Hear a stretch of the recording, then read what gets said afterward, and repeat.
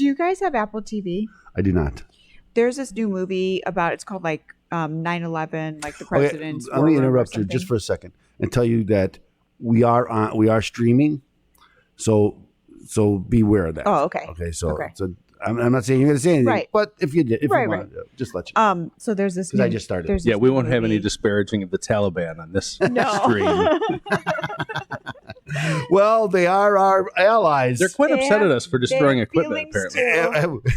They didn't feel that was fair. And they operate the same machinery that we do. We don't want to trigger the Taliban. Well, the joke's on them. They're going to need spare parts at some point. Well, actually, they don't have enough people to fly them, so they'll be selling them.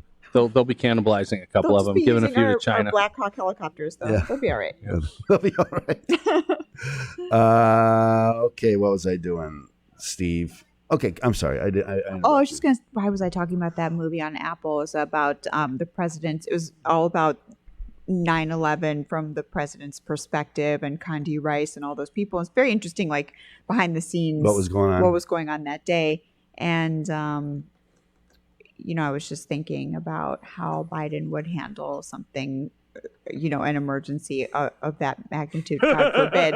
It's a little scary to think about that. It is very scary to think about. Well, look at what happened with this event. But, that was a disaster. I am of the opinion that this wasn't all just bad. We knew we were leaving for all these months. Why would you have all of that equipment there? It's not like you had to get out in the middle of the night. I know. Although that's what most of it is stuff we bought for the Afghan army and police because we assumed foolishly that they would stand up for more than a week. But we left all that equipment. Yeah. I mean, it was theirs. We gave it to them. Oh, I see. I didn't realize we gave it to the Afghan government. Yeah. That's why it was stuff like Cessna 408 interceptors and stuff like that. It's not stuff our military actually uses.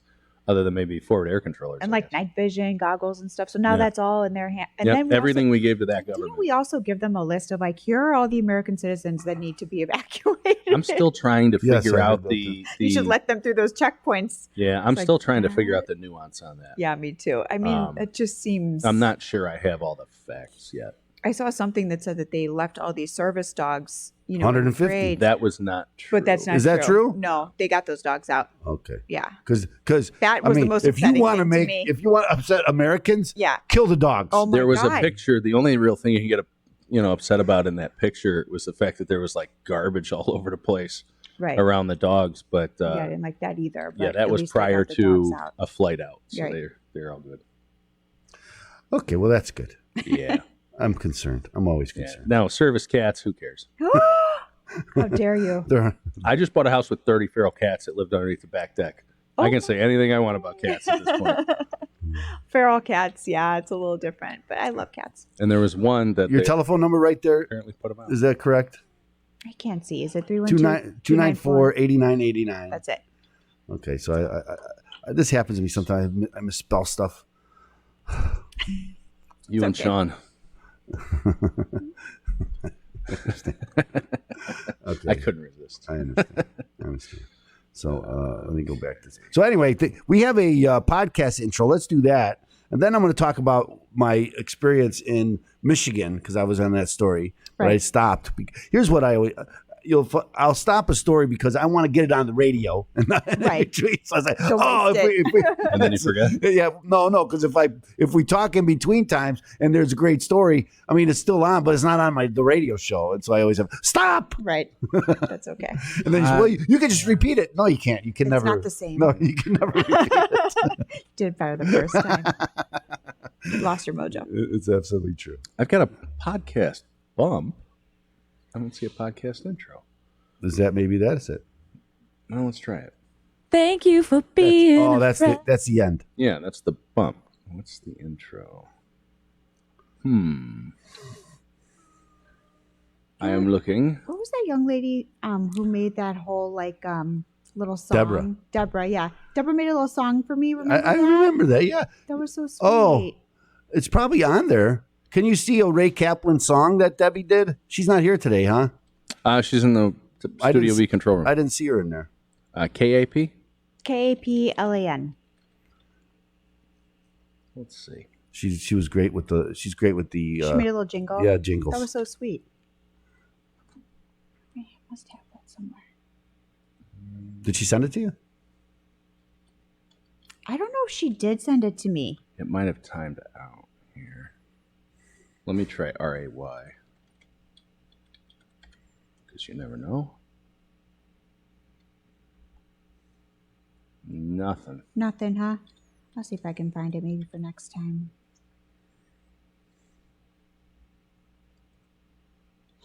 So the day I was supposed to come on, you had Dave Hochberg on? Did I have David on? Yeah. And Yeah. then I heard you call in the show the next day. Yeah, I've got to call in tomorrow too. To his show. Okay. Let's see. Is this? This is the. Thank you so much. That's your podcast intro? Yes. Okay, cool. I think so. At least I found that. We'll play that. Thank you so much for tuning in to our podcast. Another great episode is on the way.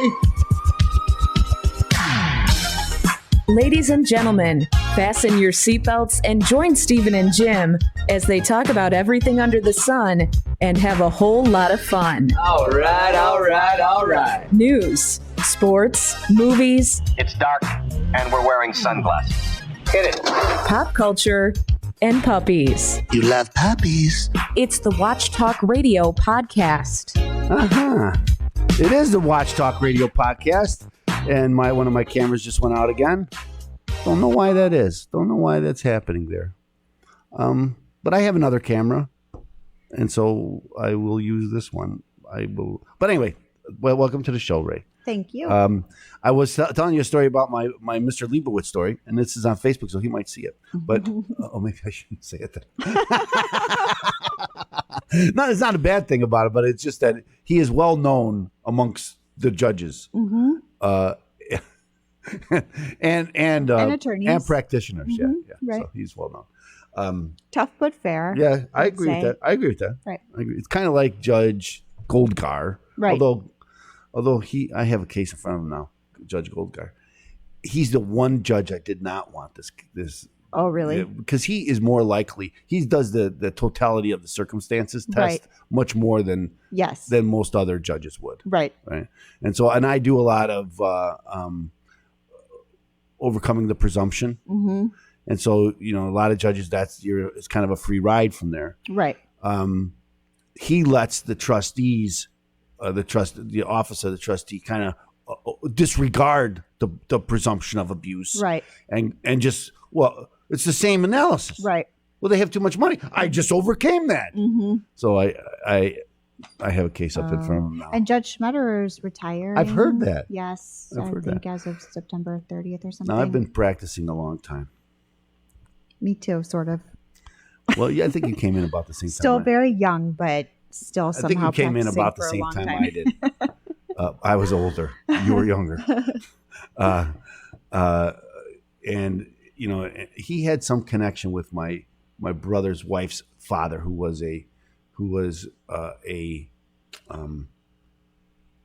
became a judge in the Military Court of Appeals. Oh, Yeah, and was a member of a law firm called Foreign and Schultz. Foreign was the gentleman, the district attorney with the Chicago 7 trial. oh, really? Yeah, so and his kids, John Foreign is an attorney and a friend of mine too. He's got a daughter named Elizabeth. Her name is Elizabeth Yore, and she's an attorney, very well known attorney. So I always followed, but he was on a bench a long time when I started. Right. Yeah. I always thought he was a good judge. I was always surprised too, or rather, I was surprised the first time I saw him walking down the hallway in the federal building, how tall he is. Yeah, he is tall. You don't Yeah. realize how tall Yeah. he is when he's on the bench, Yeah. but he's a tall guy. The only thing I didn't like about Judge Schmetterer is he didn't really. Time wasn't important to him. Right. That is an issue. That was always an issue. So as an attorney, right, I got one stinking case, Right. and I'm there for 3 hours. I used to like Judge Weedoff because he was the best in explaining why he was doing something in the law. I thought he was the my greatest. at that. favorite was Squires. I like Judge. Oh yes, he's my favorite. I love Squires. And who was that guy who's a great guy? Wait, the guy from Texas, the A new judge. older guy. No, he retired a while ago. Oh, he was so great too. He had that like mustache, the white. I'm trying to remember. Is that Weedoff? No. No, white hair. Oh, he was such a great guy. Maybe that was before me. Squires was the beard, right? Yes. Yeah, he was good friends with my dad. He was right next door to Judge Schmetterer. There's Judge Squires. It'll come to me. I can't remember his name, but is somebody snoring? No. I'm trying to remember who else could have been. They have now when you're doing everything electronically, I don't know if you'll ever develop any kind of relationship with the judge. That's true. That's why I really want this whole system to end and I don't just think it go will. back to the normal. Really? I don't think it'll ever end. I think it's just too convenient for everybody, and I don't think it'll ever end. I think that I don't think we're ever going to go back to court. What are they going to do at the courthouses? Well, very good question. But for trials, there and hearings, when you need to look at, but for most of these routine motions, that we just stand there and say, and it's a waste of time anyway. It is kind of a waste of time. That's true. And the same thing with the judges is, they don't want, it's easier for them to just put on the camera and be done with it. Right. It's a real change in the way it is. your practice And it was functions. hard. I think it was really difficult at first, for the judges and for the attorneys, but really for the judges, which many judges aren't very. Right. Technically savvy. Exactly. Yeah. And so but once now they're over that hump, and that's why I don't think they're ever going to go back. It's like, well, yeah, I hate this. We can't wait to go back. And it's like, oh, this is kind of convenient. Yeah. Probably got their pajamas on, their robes. Exactly. And, they just put the green screen up and, and it looks like I'm in a courtroom and it'd be fine. Same thing with, I do too. And to be honest with you, I was, and you probably were too, though. You're paying people to go to, right. Derek and other. I had a group of people that would help me in foreclosure cases. So I stopped going anyway. Right. So now with online, I might as well do it myself. So I do it myself. Oh, okay. So I might as well. Yeah. It only takes a couple minutes. No, I still pay Derek. Do you? Yeah, I can't take it. Well, what happened to me was the first time I got Derek and they were charging us. I was the only one. Oh. So we were supposed to split it amongst everybody, but there was nobody. Right. So I had to cover that fee and then cover his fee. It's like, it just became, I'm not doing that. Right. And, but I didn't know I know he moved. Derek did move. Yeah. But again, I don't like to do them either. So it was really about me making sure I was there. Because hey, Steve, don't you have a court date? Oh my God.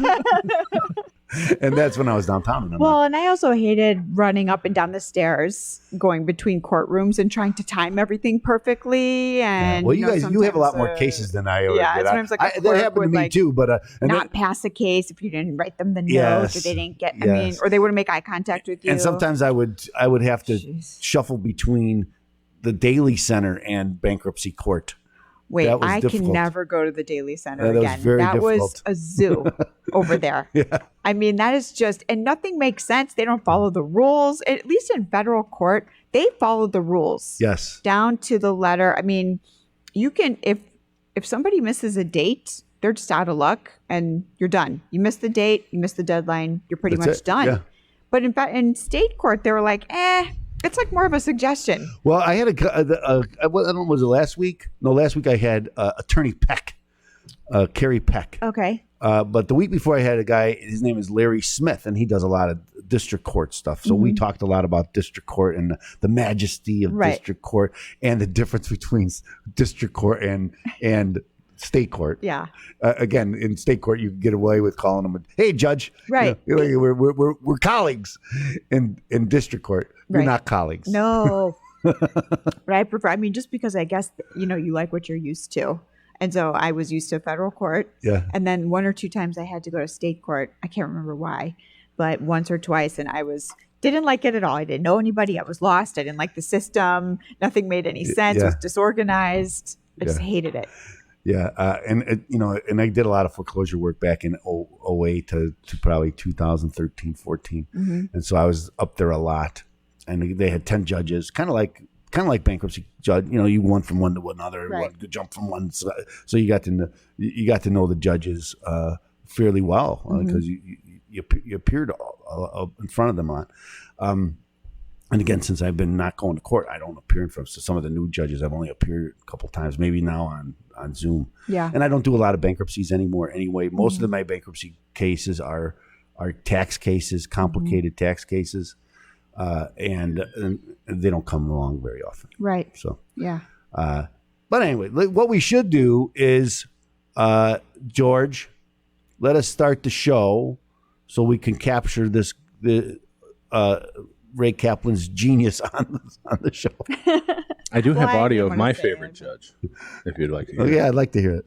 Danny, there's a lot of Thanks, badness Nails. in the world today. I see it in court every day. I've sentenced boys younger than you to the gas chamber. Didn't want to do it. Thought I owed it I to him. owed it to them. I love that. Wait, what's that from? Caddyshack. Caddyshack. Oh, Caddyshack. Yeah. Didn't want to do it. Thought I owed it to Felt him. I owed it to them. To be fair. Okay. So let us start the show. All right. Stand you by. I'm already 20 minutes late, so Yeah, and I gotta run PM Drive today. So and my camera went out again. Why? I don't know. This never happened before. Actually, it has gone out before, but not like this. every guy says that at some point. George. Please, Stand by. George, control yourself. That hasn't happened yet. The outlook's not hopeful. I'm like the world's worst 8-ball. All right, here we go. Pursuant to Internal Revenue Service guidance, be advised that any federal tax advice contained in this program is not intended to be used, and it cannot be used by any person or entity for the purpose of avoiding any tax penalties that may be imposed by the Internal Revenue Service or any other U.S. federal taxing authority or agency, or promoting, marketing, or recommending to another party any transaction or matter addressed in this show. The opinions expressed by the host and the guests are their own and may not be used as authoritative advice. Any use of this material without the written consent of the host is strictly prohibited. You're listening to the IRS Radio Hour with your host, Attorney Stephen Leahy, on AM 560, The Answer. Wrong show, George. Wrong show, George. I had IRS on the schedule. What's going on? We All do right. that next, but we do the Trust Radio Network first. I thought it was what I'm going to say. No, I have 2 hours. Stand you by again. No offense. No offense. It's a gate. I'm a dad. All I got is bad jokes. All right. Stand by. Let's try this again. Okay, let's try it again.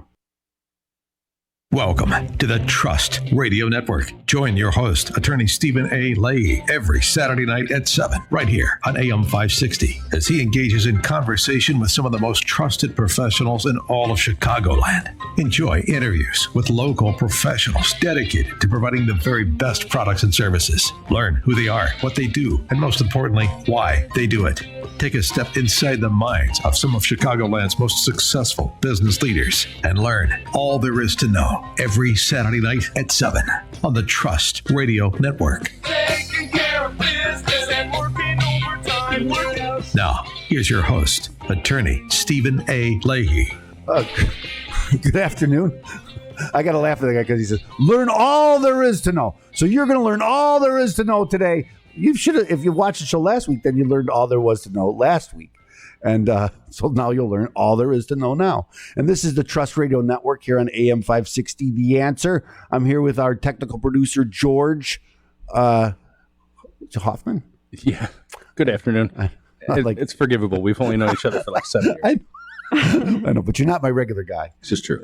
I always call him Georgie, but I didn't want to call him Georgie on the air. But anyway, this is the Trust Radio Network. I've been called worse. I'm sure that's true. Anyway, this is the Trust Radio Network, where we introduce you to trusted professionals, people you can trust when you're making important decisions. Now, remember now, the show is sponsored by the Law Office of Stephen Leahy, PC, A. Leahy. Don't get it wrong. And Opum Tax Advocates. Opum Tax Advocates helps business professionals solve IRS problems forever.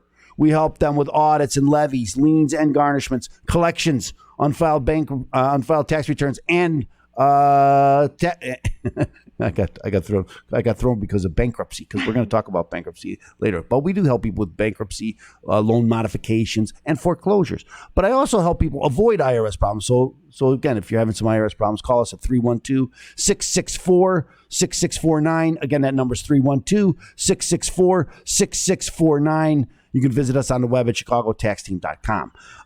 The Trust Radio Network, again, where we introduce you to trusted professionals. Today, we have a guest.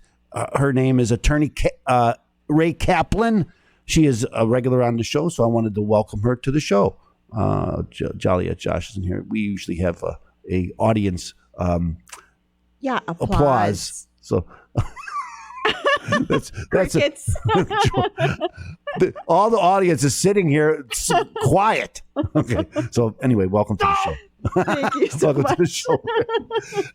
I like when things are off kilter because it's a genuine. We're not refreshing. scripted. We're not scripted. That's right. Nothing canned No, here. nothing can't here. So welcome to the show, Rae. Thank you. Tell people what you do, Rae. I'm an attorney, and I have a bankruptcy practice, and then I have a non-bankruptcy student loan practice as well. And sometimes they overlap, but it depends on, as you know, the needs of the client. So sometimes they need a bankruptcy, and that will solve their financial issues. And oftentimes we advise them not to file a bankruptcy, depending on what their issues are. But sometimes they just need non-bankruptcy related student loan financial analysis and help. I always liken your practice to mine in that we help people in with debt, right? And I help people with bankruptcies also, as you know. But I help also people with tax problems, and you help people with student loan problems, right? And it's similar in the sense that the government has a system set up for people who are having these problems. Right. So most of our clients, let's say you have federal student loans or federal Parent Plus loans, any federal student loan, that's going to be governed by a particular statute. That's the Higher Education Act. And so it is very similar to tax law because everything that you can do is dictated by this particular statute. But not for people who have private student loans. So private student loans, it's basically like owing on a credit card. And we're going to talk about private student loans later because a lot's happening in that area also. Right. Yeah, and so we'll talk about that, I think, in the next segment. But let's go back to the government and what kind of programs they have for people. And that's why you say sometimes it doesn't make sense to file bankruptcy to get rid of this kind of loan because you can't get rid of it. Right, most of the time. So if you are just the type of person where you have pretty much everything under control, but you have a big federal student loan, the issue that I see very often is that somebody will have a really high monthly federal student loan payment. They've been paying on it for years and they just are not making any headway. The loan is not coming down. Sometimes it's even growing, and they're just getting frustrated because they tell me, I've had this loan for 20 years. Why am I not making progress? I make payments every month. And often what's happening is that they're just in the wrong payment plan, or we need to change their federal loan into a different type of federal student loan, maybe through a consolidation. Maybe they're eligible for forgiveness. We've had over $4 million in loans forgiven under the federal statute.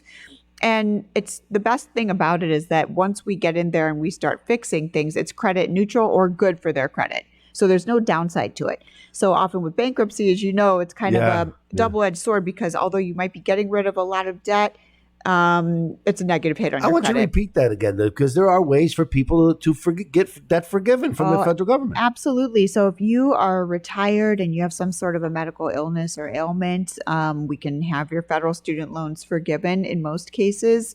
We will have to have the application signed by a medical doctor that you have some sort of a medical illness or ailment. I'm not sure if I ever gave you this example, but we had a lady who had about $150,000 in federal Parent Plus loans. She was retired and she was, I think, in her 60s, late 60s, and she had pretty bad glaucoma. And we prepared the application, sent her to her doctor to have him sign it. For whatever reason, he didn't sign the application. So we said, look, can you take it to a different doctor? She did. She took it to a different doctor. And that doctor said, yeah, that is crazy. Of course, I'll sign the application. Signed it. We submitted it to the Department of Ed, and her over $100,000 in federal loans were forgiven, and it's a tax-free forgiveness. So it's not considered a taxable event. So depending on your circumstances, and that was a $1,500 monthly payment for her. So that was a big. I'm going to interrupt you because I want to go back to this because it's not taxable, right? Because I get a lot of this when people get, for instance, if you have a foreclosure and then the mortgage company might not seek a deficiency against you. There's still a deficiency there, and they can forgive that loan, and then you get what they call a 1099-C. Right. And then you got to pay taxes on that amount. Right. And when it's a mortgage, it could be a fair amount of money. Right. Now, sometimes there's ways around that, but people don't realize this. And so when you say this is a non-taxable, that's important. That's big, because otherwise it used to be actually, so they changed the law, I think in 2017, where that type of debt became not a taxable event. But you used to have to pay income tax on it. And then sometimes there are a few states where you still have to pay state income taxes on it.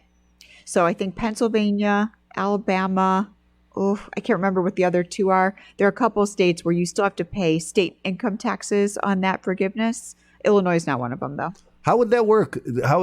Ray? Because if they don't issue a 1099-C, how would your state know that they forgave any debt? I don't know how that would work. And I don't even know either. I don't know how that would work. Yeah. I know a lot of states like Illinois want you to be honest about everything. If you buy something in another state, you're supposed to report it and pay sales tax. Right. I don't know anybody who does that. Right. But you're supposed to do that. Yeah, absolutely. And so that's when laws go crazy, when you take them to the extreme. And of course that's what laws are written, for all situations. You're not supposed to be able to just have discretion. Right. I'll enforce it here. I won't enforce it there. And that's why that's why you get this stuff about kids with a lemonade stand when they start closing down lemonade stands. Yeah, what the law says, right. It's like, give the kids some slack and let them have a lemonade stand. Yes. Yeah. I just think it's, but again, that's what happens with these laws is that when they take it to the extreme, it doesn't make any sense. It doesn't make any sense. But I think that, again, when we talk about, a lot of people will come to you and say, hey, I need to file bankruptcy. And you say, hey, maybe not. Right. Yeah, absolutely. So I really think that it's important that your attorney takes a look at the whole picture and not just, looking at something kind of with blinders on.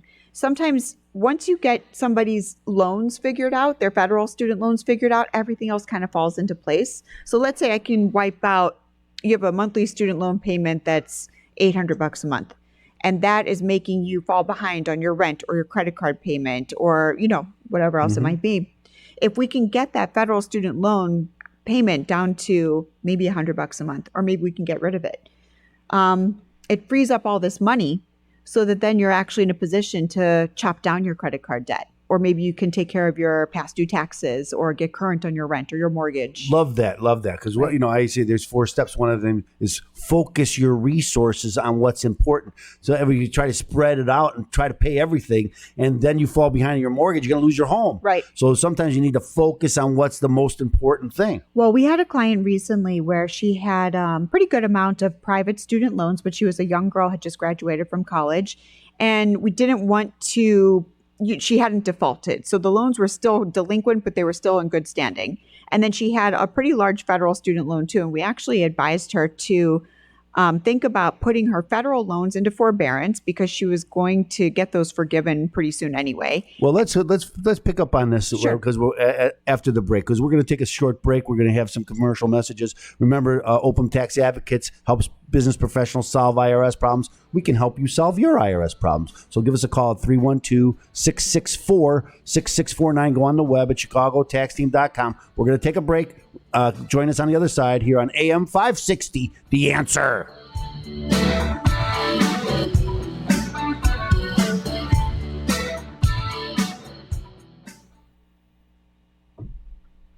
Now you do some planning for students. So I want to tell you something. Yeah. I have 2 boys. Okay. And are they still boys after How old they're are they? 20? After they're 20?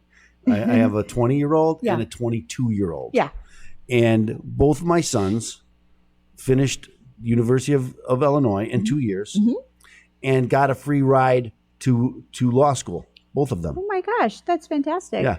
But there's got to be some value there. My son, Jake, who figured out this is what you got to do to make this, then showed his brother, and his brother did the same thing. So they got scholarships At U of I? Not at U of I? For law school. No, for law school. Yeah, they got a full ride. Scholarship, yeah. Basically. So Jake is going to John Marshall. Oh, great. Which isn't John Marshall anymore. It's always going to be John Marshall. Yeah, that's right. It's U of I or whatever. Right. Which is why he went there. Yeah. My other son has been accepted, but has not. In several U of I too, he got a free ride there too. But he also got one down in a couple others. He hasn't decided where to go. He just finished his 2 years, so he would be a junior, but he's already finished. But again, I think it was kind of amazing that there is a system that you can follow to make this happen. People are always surprised about it. Well, of course, it's a lot of work too. Right. I mean, I think if you're talking about like scholarships and things like that, you're going to the individual school, and usually they have some money set aside after the committal date for freshmen. There's usually some money left over, but you just have, well-placed, polite phone call to the financial aid office, and you can usually get some money or get some, scholarship money applied to your tuition, and it makes a big difference. Absolutely. But I think it also depends maybe on, each school has their own criteria for that stuff. But to get into law school, if you're better off being a political science major than a engineering student. I agree. Because they're not looking at they're going to look at your grades. Harder to have great grades. No offense to political science majors. I was a political science major, so I don't know what you're implying. Both my kids were, because this would be a better way for me to. They're both into politics and everything, right? But this is a better way for me to get higher grades and do well in school, because that's how you're going to get into law school. Oh, right. Right. So try to get. And I think it kind of. I mean, if your interest really lies in engineering, you're going to get better grades in engineering. I agree with that. But I mean, if you're just kind of, I think political science kind of makes sense for law school. Get an idea of how government works and laws. And things like that. I always do. My advice always, do what you want, take the classes that interest you, because you're going to do better in them. But there is a plan to try to figure out how the system works, and then try to meet the system instead of try to fight. You can't fight the system. Oh, no, right? no. So it is what it is. People always ask me, like, oh, is there a way I can get around FAFSA? I'm like, nope, there's no way around it. Just list everything. Just be honest. Just be truthful, because whatever, even if your kid winds up getting no aid, we'll figure out a way to set it up, Parent Plus loans or, whatever. Absolutely. And and of course, there's so much attention to getting in the right school. I know where I am. I know everyone I think focuses you live up by me up in North. All of their attention on just getting in, and then they scramble. Yes. So I in my office, I moved my office. Okay. I was at 150 North Michigan for more than 20 years. Yeah. And I just moved to Bannockburn. Oh, great. Yes. It's right across the street from my house. Oh, nice. It's been incredible. Oh. I went from a 3-hour commute to a 5-minute commute. Wow. And it's really made a difference in my day. I can imagine. Yeah, and so but where I am, there is a school, like they teach ACT classes, and the kids come march in every day, take the ACT. Oh. They're all so people are involved in figuring out how am I going to get to the right school, and there's such a. I should probably set up a little booth right in front of your office. I'm telling you, I think it's important. Yeah. And again, but people take it serious, and they spend a lot of money to prepare to go to the right college. Remember that whole scandal that happened where they were doing a little bit more than preparing for college. They were just donating. Yeah, they were committing fraud. Donating to the coaches. Yeah.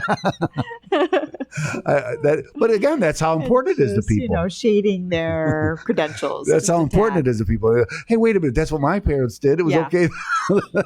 I didn't have anybody do that. I was lucky to get my parents were not involved in my collegiate applications. Either was I, and I was never involved in my own kids. They just kind of did what Well, I never remember picked. my parents came home. I remember they came home from like a cocktail party, and their friends had all been talking about like, oh, my kids got into here and this place and this school, and and my parents were like so off in their own world. And then they came home kind of mad at me. They're like, are you going to college? Like, actually, yes, I am. I got into Boston University. They're like, Wow. They're like, oh, thank God, because we had a moment of real panic there. We didn't know what to say to our friends. And They were all bragging. They were mad at me. Yeah, I had all. I had no input on where they went, what they chose. Yeah. What I actually didn't really. I really wasn't involved in their high school. And I never said become a lawyer. Right. Never said that. And again, they kind of forged their own way. So Yeah. that's good. Yeah. It's really up to them. But I think parents are not like that today. I think parents are a little too involved in their kids. I mean, I know people who were filling out their kids' college applications for them. They didn't trust Well, this is their what kids. we're going to go back to this scandal, right? Yeah. They're more concerned. I think it's more concerned for themselves. Yeah, the kids didn't even seem that gung ho. No, it's like, interested. well, I want you to go here. Yeah. Because It's bragging rights. Yeah, for because the then parents. my friends will say, "Oh, my kid won that." Right. It's like it is important. It is important to so many people about that. Hey, George, let's do the next segment.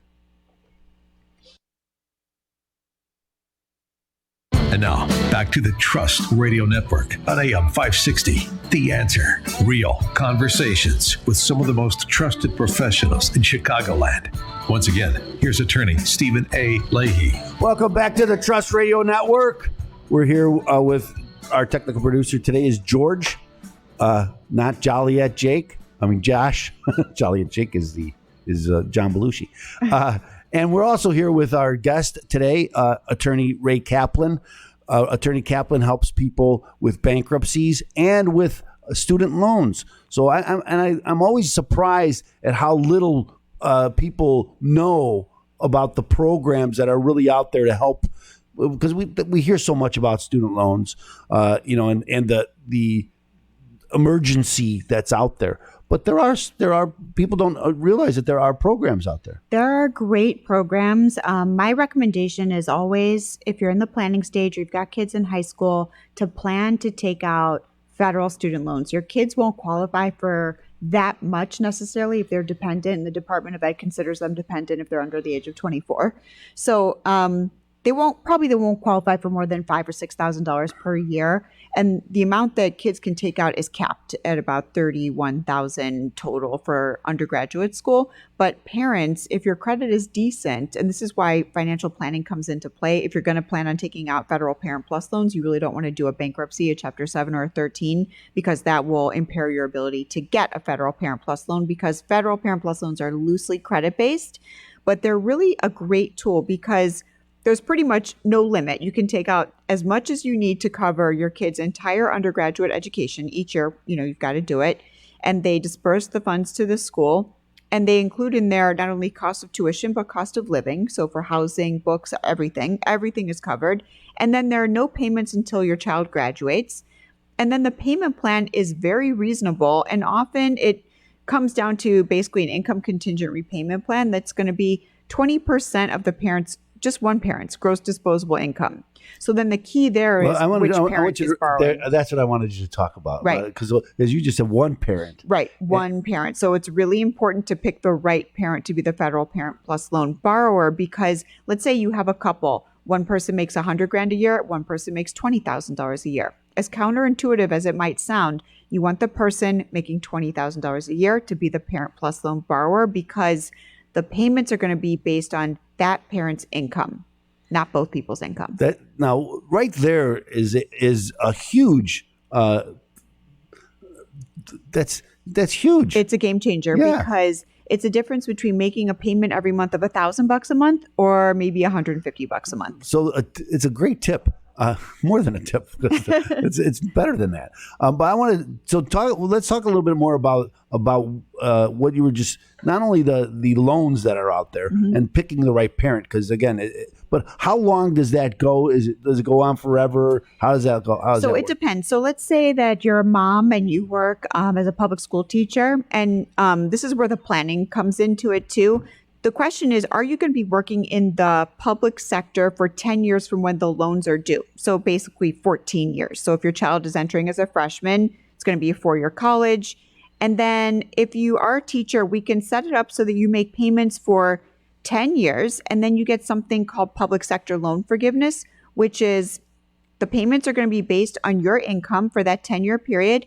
And then the entire balance plus all the interest that accrues will be forgiven at the end of that 10-year period under that section of the statute and tax-free. Wow. Very powerful. Very powerful. It's great. I mean, I think if people knew what was available, it would take so much of the stress away, because we can set it up so that all of your kids go to college and you've financed all of it, and you don't have to take out a second mortgage, and you don't have to take out private loans, and you don't have to borrow from your family and your friends. So, I know that people focus really on just get the kids into their, the school that they want to go to. But after that, we really need to focus on, okay, how are we going to do this? I want to interrupt you again, because that is another great tip that you just gave, is about planning. Don't people just kind of say, well, I have this equity in my home, let me just go out and get a home equity loan and I could pay for college that way. I could tell you, from where I stand, so many people get in tax problems because they have promised their children to go to college, and they pay. Instead of paying their taxes, they pay for the school. Oh, right. They pay out of pocket. And they pay out of pocket, and then they don't pay their taxes. And then, well, I promised my child, and I've from very financial planners, for instance, have done this. Sure. And because I have my daughters, and I promised them that I would pay for them to go to college. So I got to fight this IRS thing until I can finish. It's like the planning is so important. I say when your kids are in high school around, junior year, everybody should have a good idea of, okay, what's the deal? Are you going to go to college? If so, what colleges are you looking at? And then we take the tuition, and then we can map out exactly for you. Here's what it will look like if you take out, say, $100,000 per child per year for school. And here's exactly what the payment will be, because it's all based on a formula in the statute. So we know exactly what the payment will be and how long you're going to have to pay it.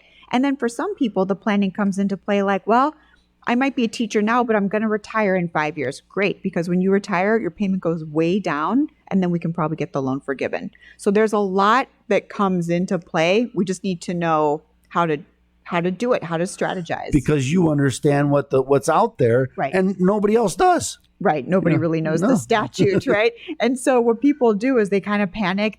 Their kid gets into school. They take out a whole bunch of loans. They don't even know if they're private, if they're federal, what's going on. And then they call the servicer looking for advice. And the servicer is not there to help you. The servicer works for either the Department of Ed or the private lender. They're there to keep the loans out of default.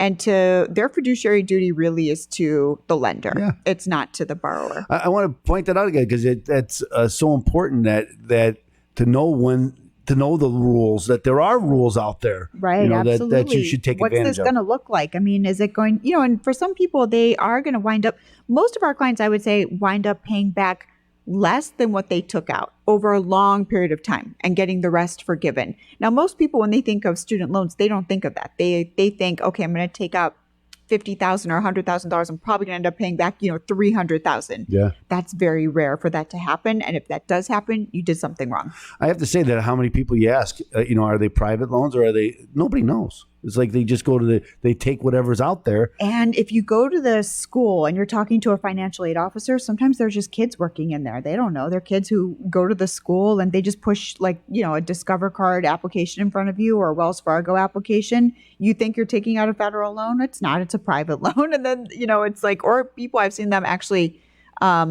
refinance and turn their federal loan into a private loan, which is a disaster. Never do that. If anybody's listening, that should be the take-home message. That's three great tips. Never, ever turn your federal loan into a private loan. And almost everybody does that because they'll send you out and say, oh, you're at 8% or 9%. We'll lower the interest.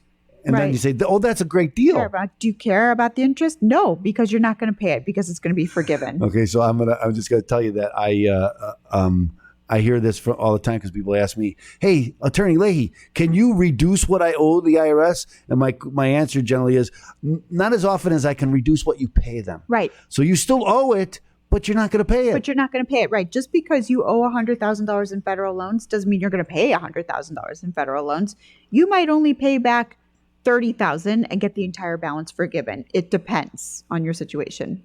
And it's so important to understand that there are programs out there, and that understanding that before, and we go. I'm just going to reiterate what you just said. The planning is really could be the difference between a good retirement and a bad retirement. I can't tell you how many people hear me talking on the radio and they think, oh, this probably doesn't apply to me. And then they call me and they have the consultation and they're shocked at what we can do. Well, tell people where they can get a hold of you. 312-294-8989 is my office number, or financialrelief.com is our website. So again, go there. If you have, especially kids in high school, right? If you have kids in high school and they're thinking about going to college, you're thinking, and we were talking in between segments about, these ACT classes that are out there, and you're going to tell you're paying for your kids to go to these classes to get into college that they want. Think about how you're going to pay for it before it's time to pay for it. Yeah, absolutely. The planning is really, really essential, because you're talking about a commitment that could be 10 or 20 years, and you need to make sure that you're being financially smart. We have clients where instead of, paying down their federal loans the way they thought they were going to, they end up buying a second piece of property because we freed up money for them. Man, that is so important. Well, one more time, give us your telephone number. 312-294-8989. This is great. This is why we have the Trust Radio Network, right? To share this great information from people who know Attorney Kaplan. Okay, they have this information, and if you listen to the show, you'll get it too. So same thing with taxes. I'll tell you about taxes. And if you have a question about taxes, you should call me at 312-664-6649. Again, it's 312-664-6649. Go on the web at chicagotaxteam.com. We're going to have the Constitution segment next, and we're going to talk about bankruptcy laws and student loans and the Constitution here on AM 560, The Answer.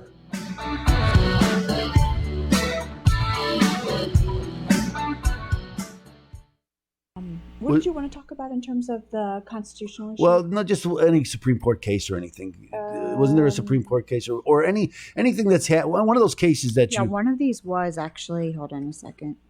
Wait, was that Illinois Supreme Court or was it U.S. It doesn't Supreme Court? matter. I prefer a United States Supreme Court. I can look at what you sent me. Let's see. This is... I know there was there's rules coming out. They're talking about the bankruptcy. We could talk about that. Because bankruptcy is part of the Constitution. Yeah. Mm-hmm.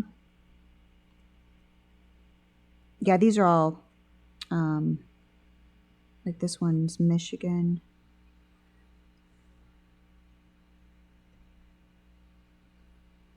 There was one recent, not that long ago though, but honestly it wasn't that consequential for me. I think it was about dischargeability and bankruptcy of, there was a...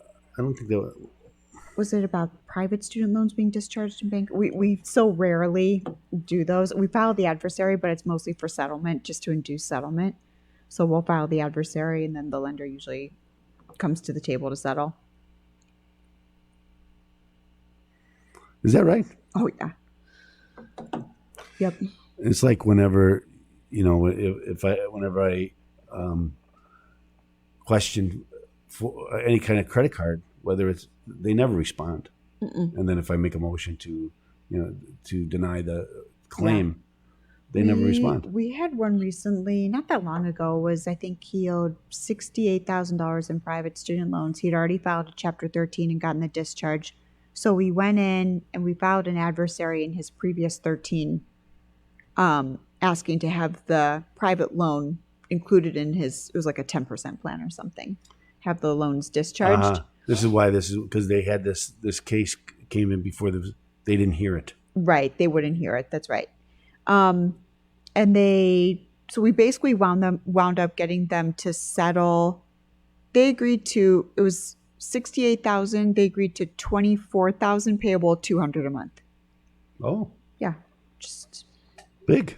Yeah, I mean, most of the time they don't really want to litigate the adversary, but we don't do it willy-nilly. There has to be like some, some basis to file an adversary just in case. As I was saying about with the denial of the claim. So my guy said, well, these are past the 7 years, right? And they say they're not. And then I want I would need some information Right. to show me that it's more than Right. and if they never provide it, Past the statute of limitations, yes, you mean? mhm, Okay. it's 5 Yeah. years. It's 5 years. Is it so? It's 5 years I for think what? for credit cards. Oh, From is the, it 5 years? from the last time From the date of the default? from the last time you made a payment. Yes. From the And then last if you payment. pay again, you start the statute. You start it over. Yeah, so that's why people do this, right? That they're In Illinois, it's 5 years. I believe it's it's 5. I have to look it up. Maybe it is 5. I think it went. I thought it was 10. 10 years was used to be 10 because it was about a written contract, Right. Right. But then now they say it's not a written contract, so it's not Credit card debt? yeah, it's not a written contract. Why? Oh, because they just send it to you. Every time you use it, it's a new deal. It's not. Really? Yes. I didn't So know it's not a written contract. Yeah. Oh. And so that's why. So the statute of frauds doesn't apply. It does, right? Well, but it's not a contract, right? It's not a contract. No, Wait. it's not a. When you sign up, this is what happened in the Supreme Court, this Illinois Supreme Court. When you sign up, you're getting revolving credit. So every time I use it, it's a new agreement. I see. And so that's why they say written contracts for 10 years, and everybody always went with that. They say, well, it's Right. 10 years, Right. And then a couple of years ago, the Supreme Court said, no, this is not a written contract. It's only 5 years. Okay. So it's 1 to 5 So years. basically, Change the everything. statute starts to toll when? From the date of the Your last default? payment. Your Whatever- last payment. The last payment. So, because I could default the last, in 3 months later. Or, But if they or- start suing you, though, they're fine. They're like within that time frame. Yes. Okay. But They what happens preserved- is that a lot of times they don't try to sue you, Right. Or then they sell the debt and then Right. it goes to somebody else. And so I have a guy, friend of mine actually, Keith Schindler, who's a collection guy. Mm-hmm. You might have Schindler. You probably came across him in your Probably. bankruptcy practice, Yeah. because he does a lot about that. But he's been on the show. We talked a lot about that. Yeah. About the the I change, see. and I fight that. I fight that a lot. So, and of course, I wonder, do you ever object to claims in bankruptcies because it's past the statute of limitations? that's the one I was just talking about. Oh, yeah. you okay? That's what I was talking about. I had a gentleman. He was he fell behind on his property taxes. Mm-hmm. Look, he's been fighting with a divorce for years, and he had like 3 credit cards, and they were totaling, $10,000, $8,000, and then there was another one, maybe another $12,000, something like that. So not terrible amount, Right. but the problem is he had so much equity in his house Mm-hmm. that if he had to repay him, Right. we couldn't come up with a plan because he had very limited income. I see. And so by objecting to the credit cards, Right. and he was adamant that they were past the statute, and so I brought the adversaries. Now, which statute Actually, it's of just limitations applies? The 5 years. No, but is it like, what if they have something in the contract saying that the Delaware statute of limitations will apply? or That's a something very like good that? question. That's a Okay. very good question, and that's we went back. It's actually where it is. That's a very good question, and But in general, is it is it where the where they the reside? contract is, right? Where the guy resides, the debtor resides. Generally, yes. Generally, But okay. again, it can go to. They can designate it somewhere else. Yes, exactly. Okay. But Do they ever? you fight that. Yeah. You're gonna have to fight I that. never do that, but I'm thinking about doing Well, it. On a few. in this case, it really made the difference between whether he can save his house or not. Right. Mostly if I'm going to pay 10%. Right. What? But if there's too much equity, you can't pay 10%. That's right, and that's where it really made it. So I have all this credit card debt. I don't really worry about the credit card debt because that's Right. not what's going to save. That's most of that's going to be discharged for most people. Right. But again, this was a unique case, and this guy was he was a sharp guy. Did a lot of research. Mm-hmm. Yeah. Came to me and says, "Here, this is what I found." Well, I had a He was client wrong about a lot who, of stuff. yeah, sometimes a smart client's a great thing. I had a client Sometimes. who had a ton, $300,000 in medical school private loans that we got wiped out because he went to school in Aruba, medical school. Yeah. And they didn't have their Title IV status yet. So under the statute, we filed an adversary because it wasn't a Title IV, wasn't a qualified education loan. So we got rid of his $300,000 in private That's awesome. student loans. Yeah, he was very happy. But he actually, we were just kind of waiting for somebody with that fact pattern. And he called me and he's like, he was a very smart guy. And he's like, I've been doing my own research and I know that if these loans don't qualify, that you can get rid of them. And I was like, you're the client. Yeah. Let's So do the great. Constitution segment. George, you got the Constitution bump? You got it.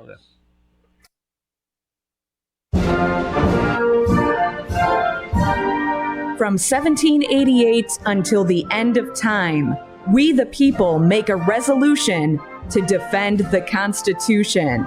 We're not going to sit here and listen to you badmouth the United States of America. So let liberty, justice, and freedom ring.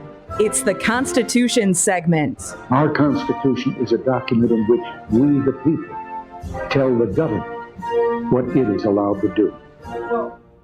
Welcome back to the program. I am your host. I'm attorney Stephen Leahy. We're here with George Hoffman, our technical producer. And our guest this week is a bankruptcy attorney and student loan planner, I'm going to call it, because it's all about planning. Absolutely. Attorney Rae Kaplan.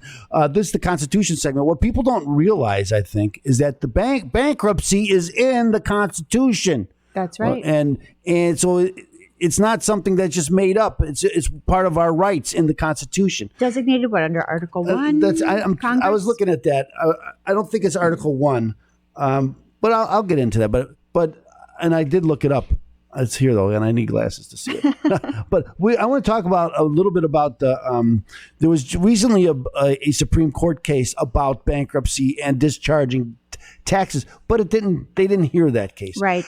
But it denied writ of certiorari. So, but you know about the case that was behind it, or talk about some cases that because it's more and more cases, or more and more case law is coming out to say, hey, bankruptcy, you can discharge some student loans in bankruptcy.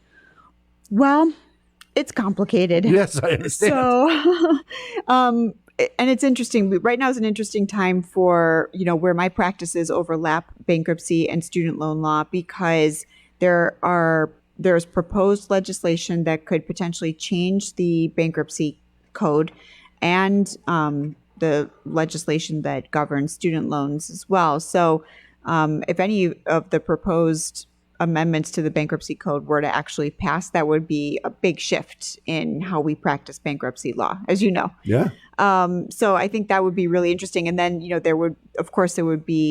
there would be challenges to how those cases played out remember, when the bankruptcy code changed back in 2005, there was a lot of litigation about how judges were interpreting the new bankruptcy code.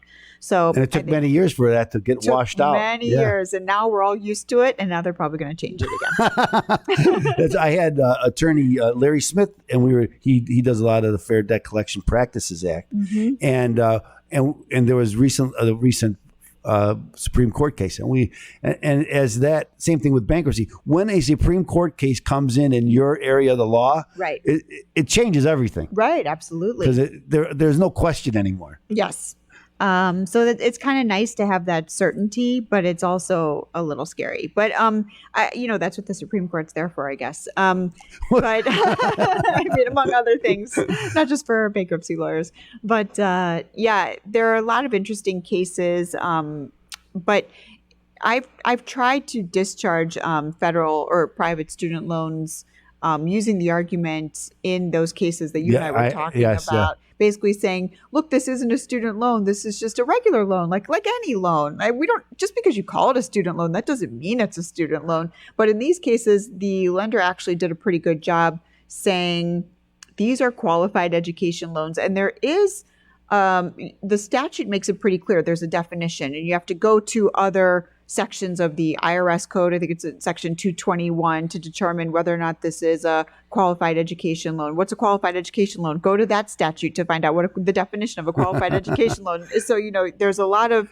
and as you just pointed out, so a lot of those cases that I read, they were kind of case specific. Right. And that they say, well, look, these case laws are letting people get out from student loans, and maybe it's the tide is turning. And then you read the case like it's really cases. That's not going to help my clients. It's very case specific, yeah. Because I understand the argument, because I have seen cases where clients will take out private student loans, their kids, And they use the money for beer, vacations. None of that money is going for tuition. None of it's going for books. It's all going for partying, basically.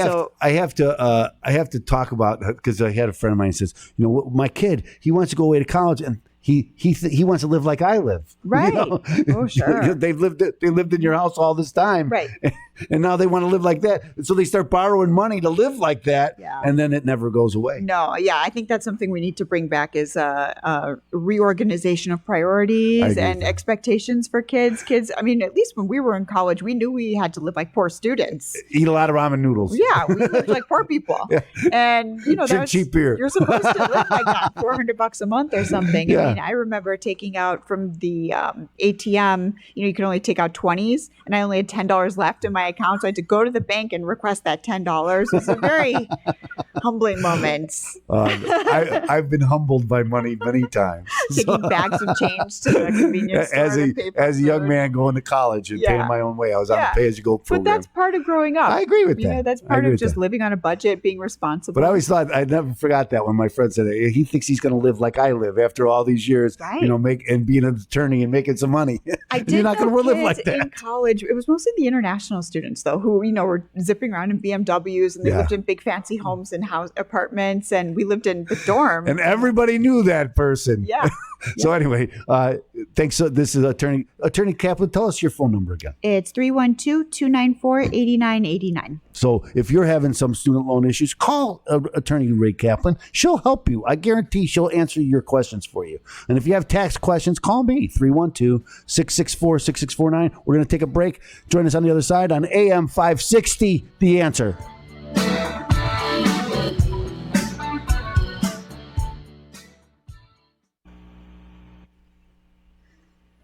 Trying to see Section 8. I had turned 4. your mic on time, but the button disagreed with my finger. I'm not blaming you, but your eyes already blamed me in the moment. Well, I was trying to see the clock. Yeah, sorry about that. Yeah, and then I tried to get your attention, but I couldn't get your attention because I'm thinking about food. You didn't have to tell me that, George. I knew that. Anybody looking at me knows that. Okay, let's do the next segment. What do you want to talk about? Most common questions. We could talk about like what the Biden administration is planning on doing. What happens if you don't pay? What's the? I know if people are getting garnished right now. Oh yeah. Well, when there's supposed to be a moratorium. And that's okay. Yeah. So there's problem is that not that moratorium, that forbearance, and I'll talk about this when we come back. It only applies to direct loans. It doesn't apply to FFEL loans. So people have these like different type of federal student loans where that COVID forbearance didn't apply. Does it get so complicated? Yes. And so if they have those you almost need loans, a college degree to know how to go to college. Yeah. But we can turn those FFEL loans into regular direct loans and then get them that COVID forbearance. And if they were making payments change your name. in during COVID forbearance, we can request to have all of that money refunded to them and goes right back into their account. We just had somebody returned, they got $17,000 back. I had a question for you and I don't remember.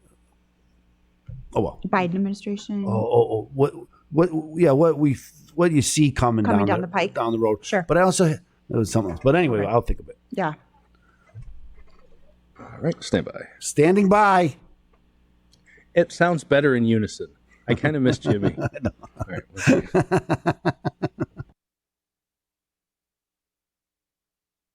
Now, back to the Trust Radio Network on AM 560. Hear from Chicago's business leaders. Learn who they are, what they do, and why they do it. Once again, here's attorney Stephen A. Leahy. Hey, welcome back. This is the Trust Radio Network here on AM 560. The Answer. We're having a lot of fun today. I hope you're having. I tell you what, I love the Trust Radio Network because I learn so much.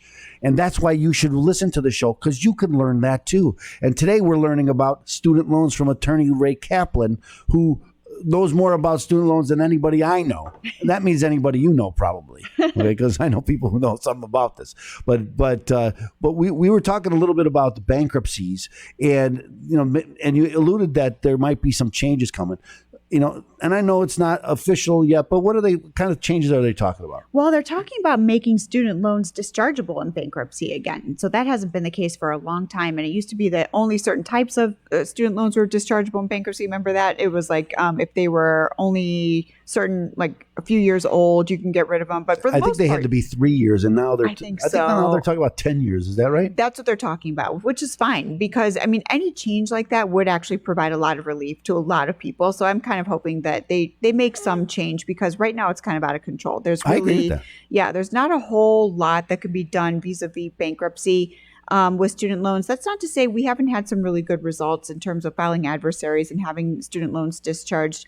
Certainly, I think they're loosening the standards too for applying the undue hardship standard too for federal student loans and private student loans. Well, let's talk a little bit about that. Tell people what the old standard was because it was almost impossible. It was almost impossible, but then they started applying something called the Bruner Test, which was basically showing that you're really never going to be able to pay back this loan. And if I think it's over 50% of your gross disposable income is going to your student loan payment, then you can show that it's an undue hardship.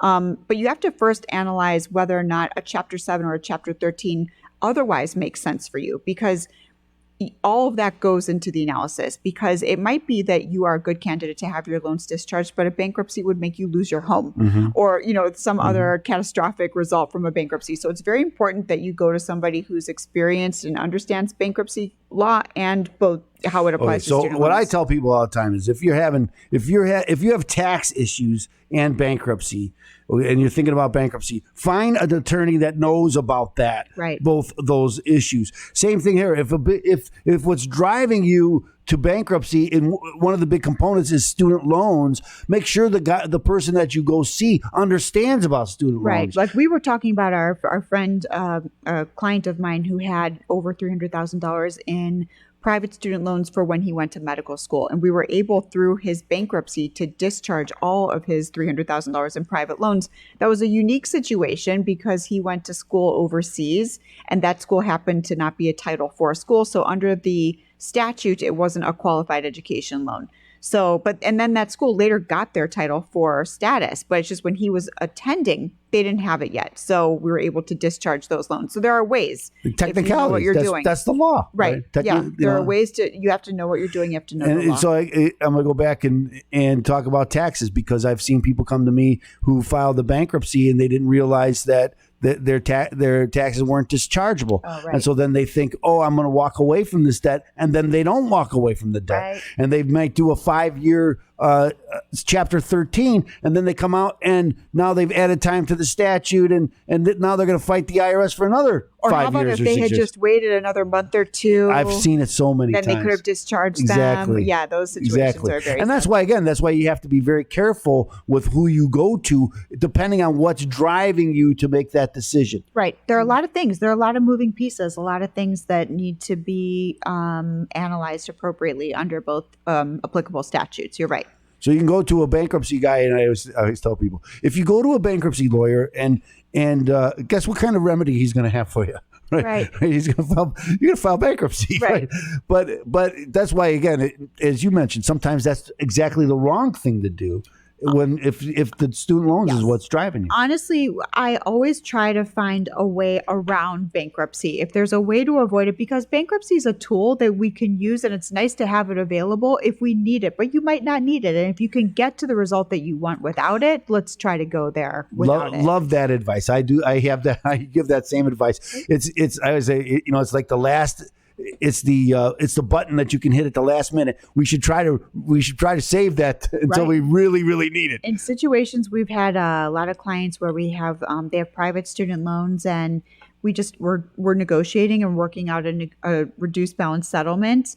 And sometimes I have clients pushing me to file a bankruptcy. I'm like, why don't we just wait? Let's see. Maybe we can get the creditor to settle for, 1/10 of what you owe. Wouldn't you rather avoid the bankruptcy and basically get the same result? And oftentimes we can get that result. That is such great advice. And again, so if that's what's driving you, and so many people, that's what's driving them, their financial issues is student loans. And so talk to someone who understands student loans. Don't just think bankruptcy is the right avenue for you. As I mentioned, if you go to a bankruptcy attorney and that's what they practice and that's all they practice, then you're going to file bankruptcy to get rid of them. And sometimes bankruptcy is the fastest, easiest way out, but not always. And you should always keep that option open. So. Right. Yeah, absolutely. I agree. And, we talked about financial planning. It's a little difficult right now because we don't know if the laws are going to change. And the Biden administration is talking about forgiving some people's student loans, and we don't even know what that's going to look like. Is it going to be $10,000 across the board, $50,000 across the board? Is it going to be means tested? All of these things are proposed and being debated, and they're going to debate after they return from their recess. So we'll see. So they can finish their recess, and while they finish their recess, let's get your phone number. It's 312-294-8989. Okay, so if you're having tax issues, same thing, same issues come up here. It's, sometimes bankruptcy is the fastest, easiest way out of tax issues, but not always. So if you're having that problem, give us a call, 312-664-6649. Again, go to the web, chicagotaxteam.com. Now we're going to take one more break. Join us after the break here on AM 560, The Answer.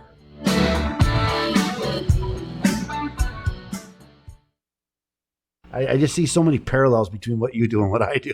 It's very similar. Because, again, the government doesn't go too far off. Right. This is what we do for taxes. Oh, well, then let's do that for student loans, Yeah, that's And right. so they have very many of the same programs. Right. And see, I don't know what is available when it comes to taxes. I know that there are payment plans and all kinds of things available, but I have no clue. So Okay. Again, there's lots of, just like here, there's lots of things. And as I tell people, as I mentioned earlier, I can usually get you to pay less. Right. And people say, can I walk away from that? Well, no. And then I get a lot of people, they haven't filed in some years. And then they say, oh, I want to take this deduction. I'm like, what? Another $1,000 is not going to make a difference. You're not going to pay it back anyway. Right? And so, but people are always so concerned about that. Yeah. And again, and because we have a statute of limitations and, Right. and you got to, and that really works into your analysis of what kind of a remedy you're going to seek. And so I just tell you this, because I'm doing a CLE on this. I actually just got an attorney-client from one of my CLEs. Oh, yeah? Yeah. But anyway, but You're doing a video for yes, tax law. yeah, Oh, for cool. CLEs. Yeah, Okay. I had done a couple already. Okay. Anyway, I'm just going to talk about offer and compromise because this is what everybody talks about, right? And I always tell people if I had 500 clients if I asked 500 clients who wants an offer, 500 hands go up. Everybody wants this. This is what you hear on the radio. This is what you'll pay pennies on the dollar.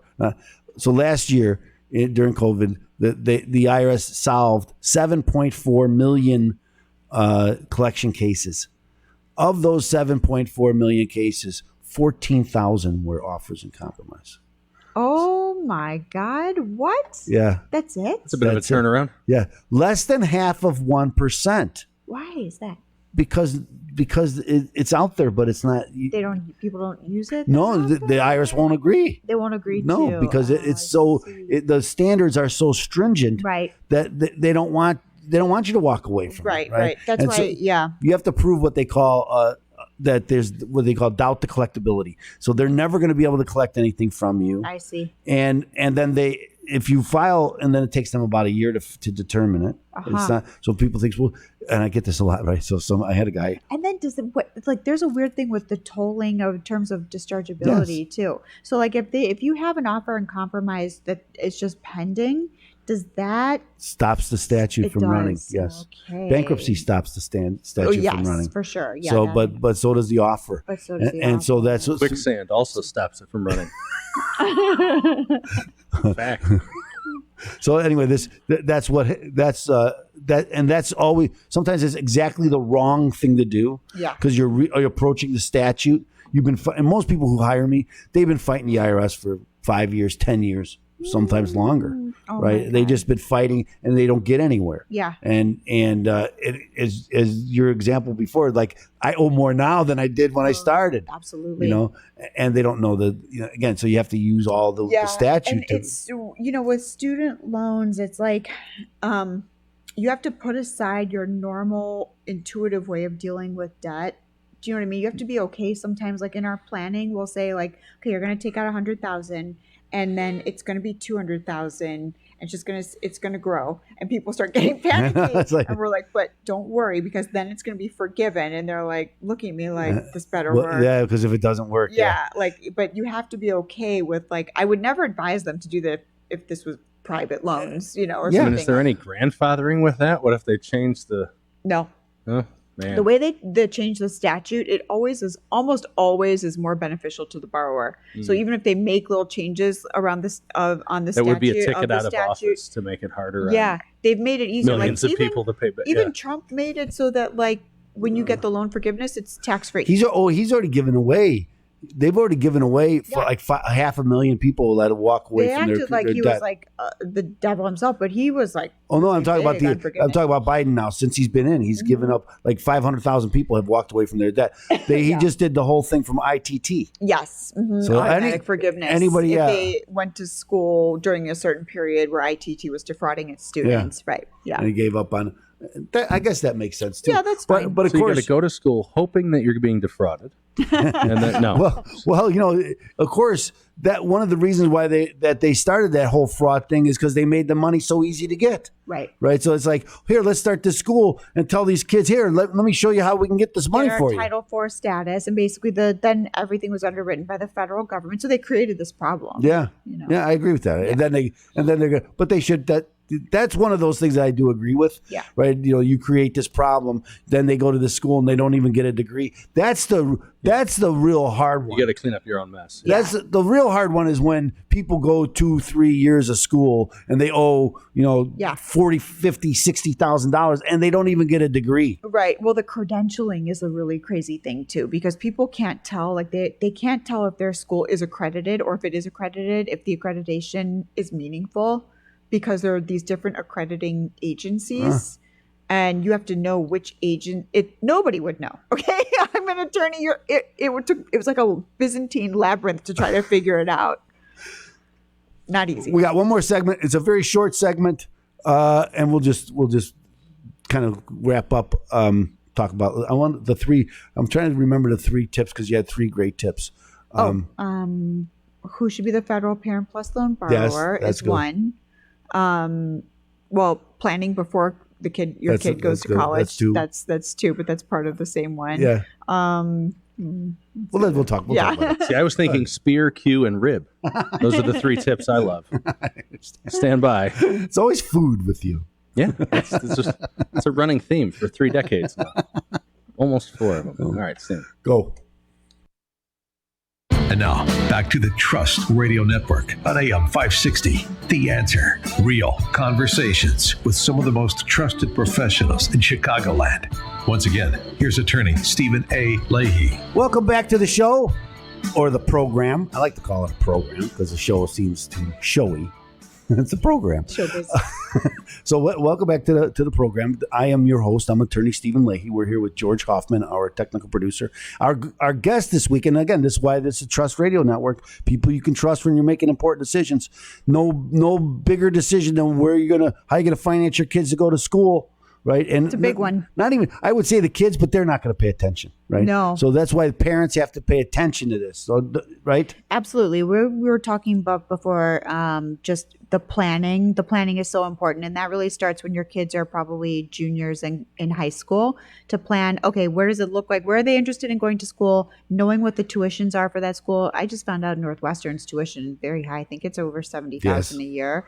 And so you need to know, what schools your kid is interested in, and then we can put a plan and a strategy into place. No matter how many kids you have, if we have a good idea where they might be going to school, then we can really put a good strategy in place. It's so important to get in front of it. And again, a lot of parents are out there planning, how you're going to take the ACT classes, take the preparation classes, get prepared to get into a good school, but they forget to prepare how you're going to pay for it. Right. How are you going to pay for it? And then people just panic. They get that acceptance letter, and then it's just, okay, we're going to take out, private loans or second mortgages. Most of the time, you don't need to do any of that stuff. You can take out federal student loans and everything will be covered. No payments until the kid graduates, and then low payments till they're forgiven. That is, again, this is out there.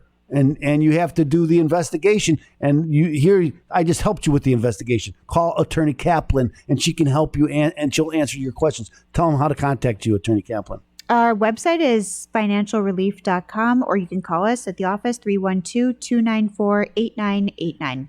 It's so important, again, to plan. And again, that's with the Trust Radio Network, where we give you this information. You probably learn more about student loans if you listen to this show than you ever knew, and that you knew that you need to know, right? You didn't even know you needed to know this, right? And that's why it's so important. There's a lot of misinformation out there about student loans. They scare you to death about student loans. Absolutely. And I have clients call me all the time, and they say, I know you probably can't help me, but this is just a shot in the dark. And they're always shocked to find out how much we can help them and how much we can lower their payment, or maybe eliminate the payment altogether. And so if that's you, right, and you're at home, you're listening to Attorney Kaplan, and she said, and you say, well, it works for others, but it's not going to work for me. Well, it very well may work for you. It's a federal statute that is meant to apply to everybody, and it really does apply to everybody. Man, is that so important. And again, if you're going to plan first. It might be too late to plan. Then call Attorney Kaplan. She can help you on planning how you're going to pay for it. Right. But if you're before your kids go to school, that's when you really want to take action and plan. So tell them again how to contact you. 312-294-8989 or financialrelief.com. So I want to thank you so much for being here on the show with us. Thank you. My pleasure. I always learn so much whenever you're here. And again, this is I help people with debt issues, and so this is it's an interest that I have. But I got to tell you, when I have clients that come to me for with student loans, I send them to Attorney Kaplan, because I can never know as much as she knows about it. And so that's what I suggest that you do. Call Attorney Kaplan. She can help you. Okay, I can help you with taxes. Call me at 312-664-6649. Now remember, we're gonna take this is the end of the show, but listen to the show again every Saturday at 7 o'clock here on AM 560, The Answer.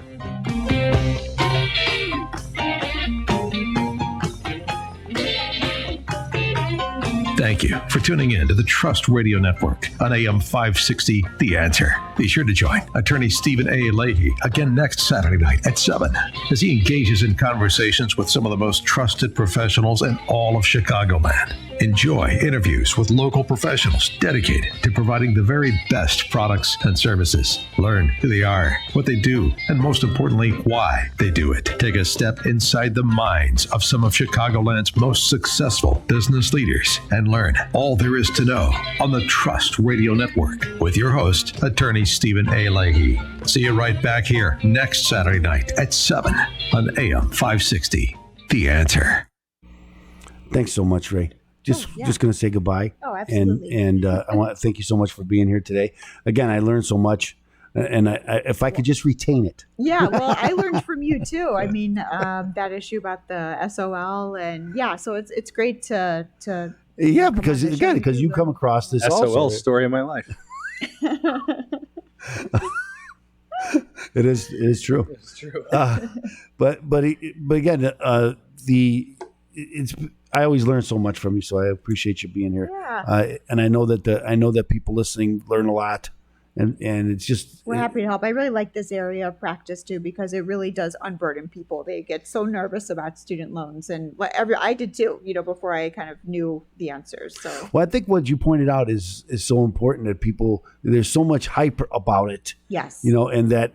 Well, it's such a big problem, and then people say, "I've got a big problem." Right? Or they're like, "Oh, that doesn't apply to me." Yes, it does. It applies to you in most cases. It's so important, and again, to get the right advice. And so, thanks so much for sharing what you know. Sure, anytime. So, we're gonna take a picture, and then we'll let you get out of here. Okay. Okay. So we're gonna take about 15 minutes. So then this is going to be on Saturday night. It's going to be Saturday at 7 o'clock. 7 p.m. Next 7, not tomorrow, but next. And then at 5 o'clock, my show is on the Irs Radio Hour, and you're going to be on the Constitution segment on that show also. Oh, okay. And then again on that show, I preview you. Right. On that show. Right. So. Okay. My calendar. So the Saturday the 10th. Wait, the 11th. September 11th is when it's going to be on. Okay. Let me get my I'm supposed to go see Dave Chappelle that night. I wonder if we have to get COVID tests too. Well, I'm going to send you. The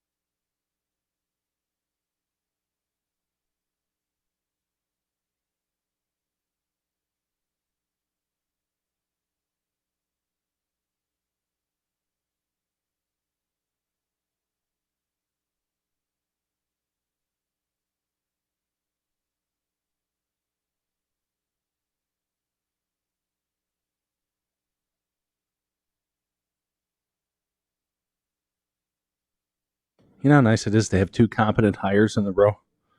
I say, you know how nice it is to have 2 competent hires in a row? It's really, I'm getting spoiled at this point.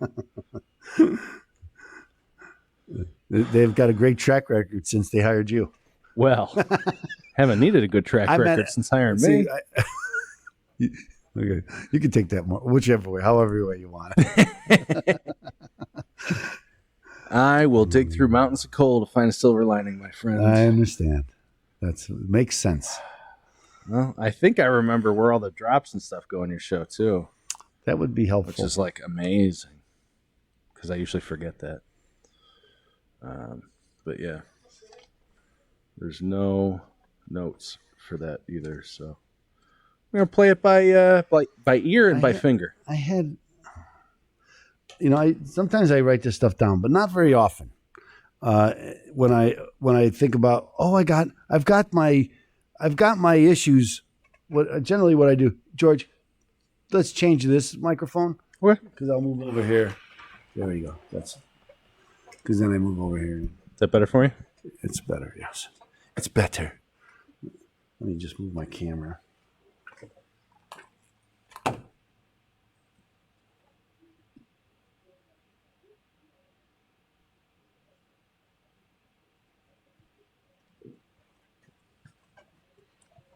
That looks like it's probably pretty good.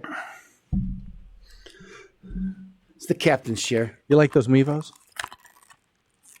You liking those Mevos? I do like the Mevo, actually. I don't use it on my daily podcast because I podcast daily. But that's a lot to set up every single day and then take it down. Yeah, but I have a green screen room in my office. So I just come in, turn it on, and it's ready to go. I have a new barn. Is that right? Yeah, I'm building a studio in my barn. That would be nice. Yeah, it's heated floor, 2-story. Having the studio has really made a huge difference. It's a world of difference, and I really enjoy it. It's and again, it's so easy just to walk in, turn on I have the lights on. I got the remote for all the lights. Oh, you should have gotten the clapper. Bing. It's kind of like a clapper. Clap on. But then if I clap during the show. Yeah, I've got a big barn and a little barn. The little barn's just like a shed, and the big barn is finished with heated flooring and 2 stories. No kidding. That's nice. Boiler in there. Water spigot on the outside. Sweet. I just put a microwave link between the barn and the house, so now I have 600 meg internet in the barn. Wow. Which is kind of the key to having a studio out there. Yes. Anyway, I am ready whenever you are. And I will be ready. I am ready to screw up your show whenever you are ready for me to screw up your show. And, I did find that crowd cheering finally. Yeah. That's good. It's only 40 minutes late. That's good. Hold it against me too much. The camera kept going out on me for why? I don't know. It's bad. It's on now. Working fine now. Battery issues? No? That's working fine now. I gotta go one more. That ain't it. I love technology, but it's like plants. Like anything I touch goes wrong. Whenever it works, it's good when it works. My mom had a green thumb. I have a black thumb. Like I can grow some grass. And I can mow it, and I can weed whack it on the edges. I'm real good at that. Weed whack it. But like a tomato plant in a pot is just going to die around me. Even if I do everything right, it's just going to look at me and go, no, we're not doing this. And it's just, boom, dead. I even killed an aloe plant somehow. Oh. It's hard to do. Yeah. Now I got to use regular burn cream.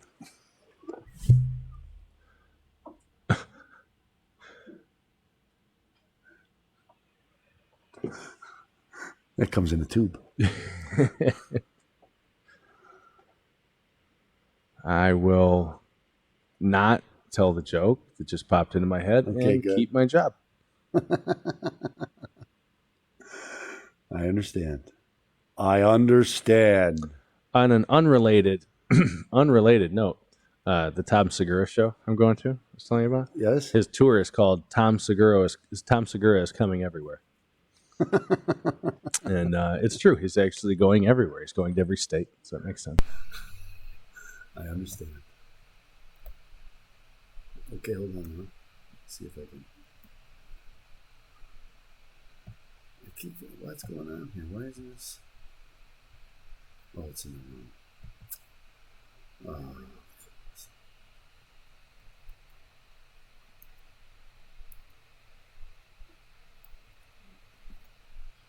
That's fine. Well, let's do that then. Let's move along, and then I'll make it work here. Promise.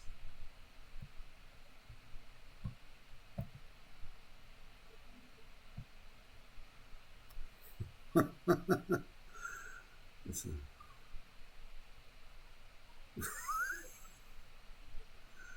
Where's that? Okay, there it is.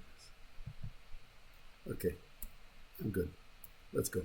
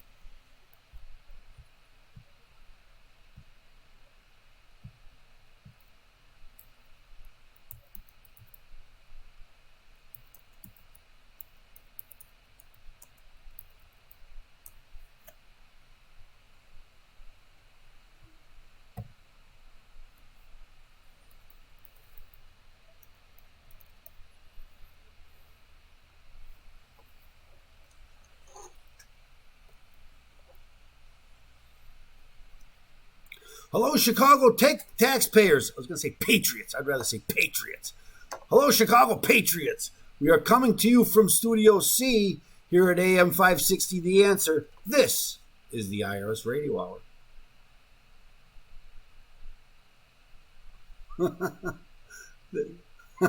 The quiet, numbskull. I'm broadcasting.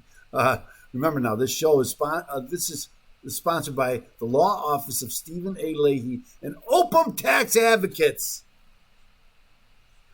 Opum Tax Advocates helps business professionals solve IRS problems. We help them with audits and levies, liens and garnishments, collections, unfiled tax returns, and payroll tax issues. We also help people with mortgage foreclosures, loan modifications, bankruptcy, and other debt-related issues. So if you have any of these problems, or if you know someone who does, you should give us a call at 312-664-6649. Again, it's 312-664-6649. You can visit us on the web at chicagotaxteam.com.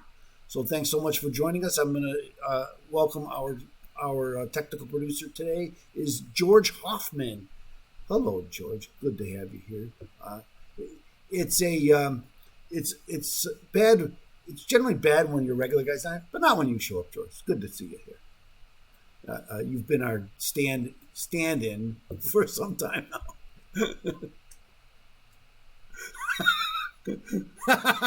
That's true. So anyway, we're going to start the news roundup.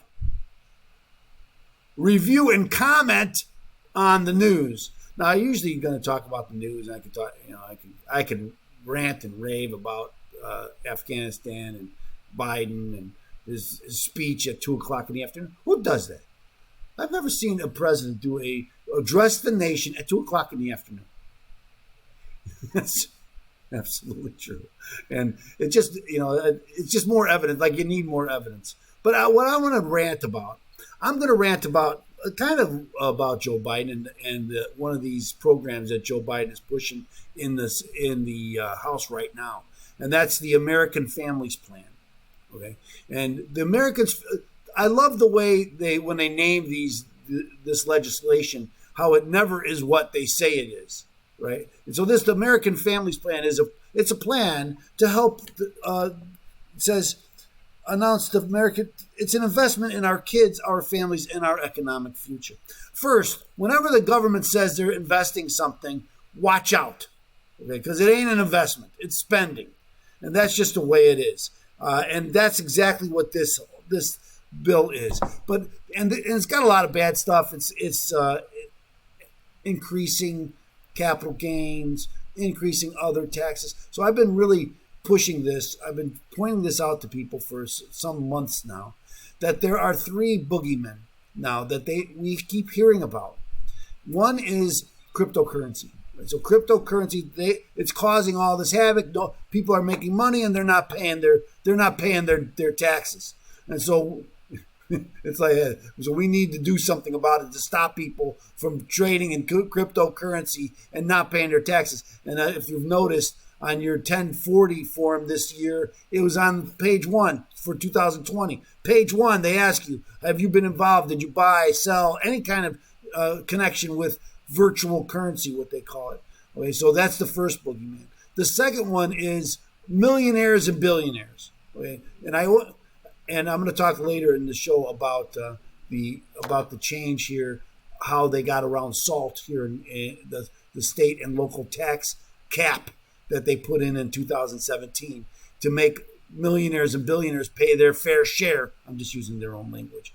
And yet our progressive governor finds a way so they don't have to pay their fair share because the state is more worried about their own money than they are about them paying their fair share. It's all fake anyway, right? Because I've been hearing about going after millionaires and billionaires since I was a young boy, and that was many years ago. And they're still talking about the same thing, and it will never change. Millionaires and billionaires will always find a way not to pay as much taxes. And that's just the way it works. And one of the reasons why that is because they own so many politicians, right? That's like here in Illinois. Why are they changing the SALT law here in Illinois? Because people with influence want it changed. That's why. Not because, and people are leaving the state because the high property taxes, and this is one way to expose these high property taxes, and they don't want it exposed. But the other one is what they call the tax gap. This is the evil. This is evil because people are not paying their fair share. Business people, now they'll always say that it's millionaires and billionaires, but they don't mean that. What they mean is you. If you run your own business, and that's who they're after, business professionals, right? And here's the scariest part about this law, and I'm railing against it. Okay, first, let me talk about the tax gap, what that is. The tax gap is the difference between what they think they should get and what they actually get. Now, whenever they talk about what they think they could get, that's a guess. They don't know what they should get. It's always been, the tax gap has been about $300 billion. 85% to 90% of the people pay their taxes on time and file on time. And there's this group of people that are sometimes late, and then some people get away with not paying. Not easy to do against the IRS, but they're talking about the IRS budget. So first, this bill is going to double the size of the IRS, and that irks me enough. But what really gets me about this bill is the fact that it includes your bank statements. Every year, your bank must report to the IRS whatever went in and out of your bank account for everybody.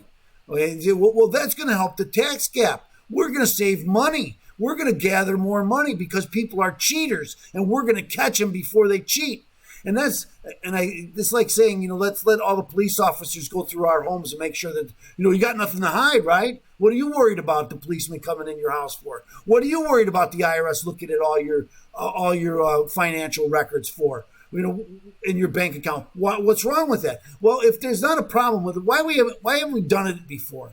And now they say, well, 2/3 of the people are for this because they've been going down this road for 18 months with these three boogeymen: the cryptocurrency, the tax gap, and millionaires and billionaires. And we keep hearing about how they're cheaters, they're not paying their fair share. So they're not telling us about all the money that they're spending. And, it'd be one thing like whenever you get property taxes, right? There's a pool of money that they need, and then they go around to all the property, and they have to get that much money. And if somebody doesn't pay, then you're going to pay more, right? If someone cheats on their and they pay too little, then you're going to pay more. But it's not the same like that in income taxes. So if they go collect all this money, so your taxes aren't going to go down. If they collect more money, your taxes aren't going down. And so don't be fooled by this. And so they got 2/3 now, they say, of the people approve of them going after the millionaires and billionaires and going after our bank records. We should all be against this. They have no reason to go after our bank records unless they have probable cause, right? Then they can subpoena things. If there's a probable cause of why they think I'm doing something wrong, then they can get those records. But why would we want all of America to turn over our bank records to the IRS each and every year and let them go through it? Hey, Attorney Leahy, what was this charge for? Oh, what was this charge? Oh, I see. It's just ridiculous. And we're standing back so you're going to wear a mask whenever they tell you, and then you're going to let them look at your bank account because they say so. And I'd say to you, that's the wrong thing to do. We should have all opposed this. And if they're going to pass this law, don't let this section get in there. Don't agree to this.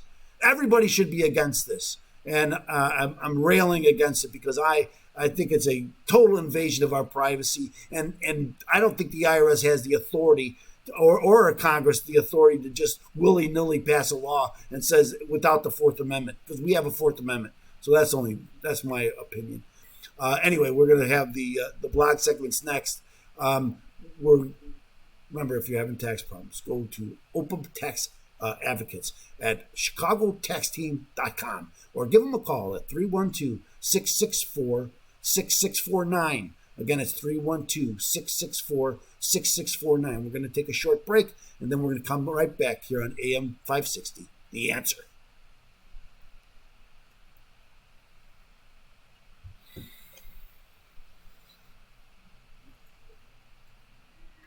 What?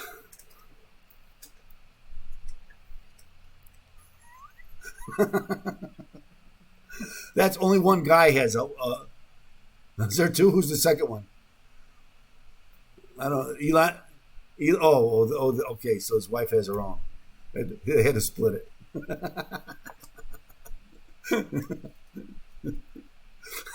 No, that actually makes a lot of sense because I forgot that she's giving money away, like, it's her money. She can do any damn thing she wants.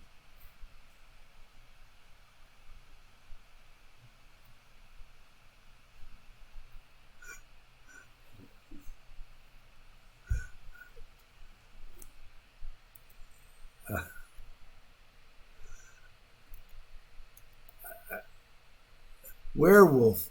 Their wolf.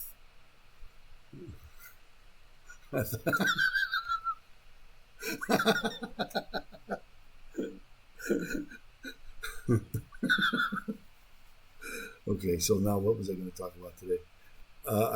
Okay, so I'm going to talk. Let us talk about the salt, which is what we were just talking about. Yes. Correct. It'll stop. That'll be fine.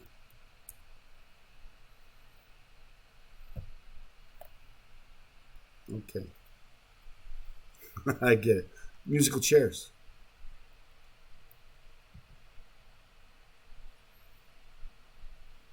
Okay.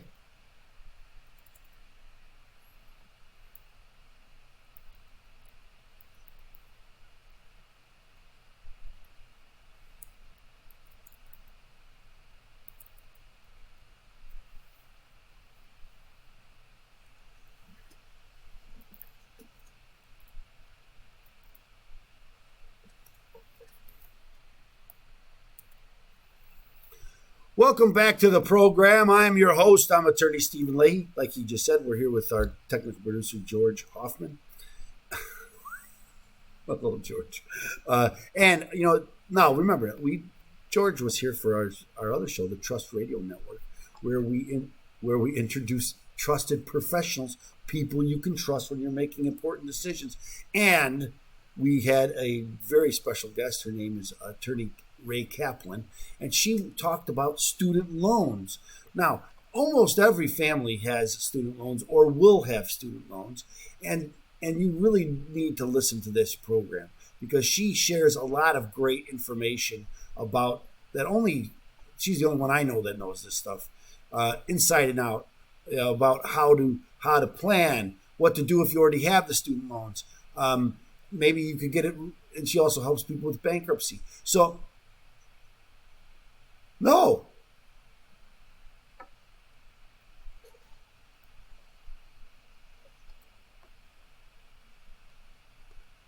There is now, right? Rae Kaplan, Attorney Rae Kaplan. So now we're going to be the Trust Radio Network airs every Saturday at 7 o'clock here on AM 560, The Answer. So next Saturday at 7 o'clock, Attorney Rae Kaplan's going to join us. Again, she shares a lot of great information. You don't want to miss that show, so don't. Okay, let's go on.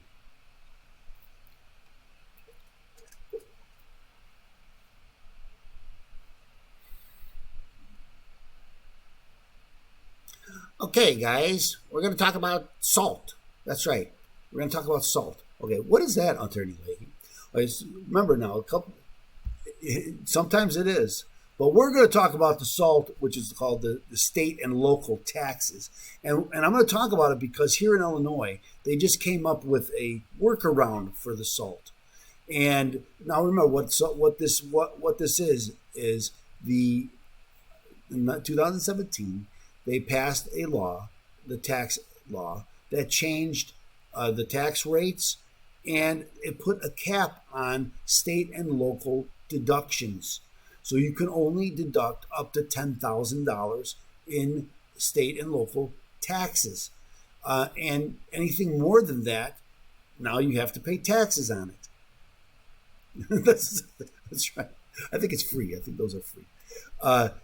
But they give a lot to lobbying to get that. It's the same thing.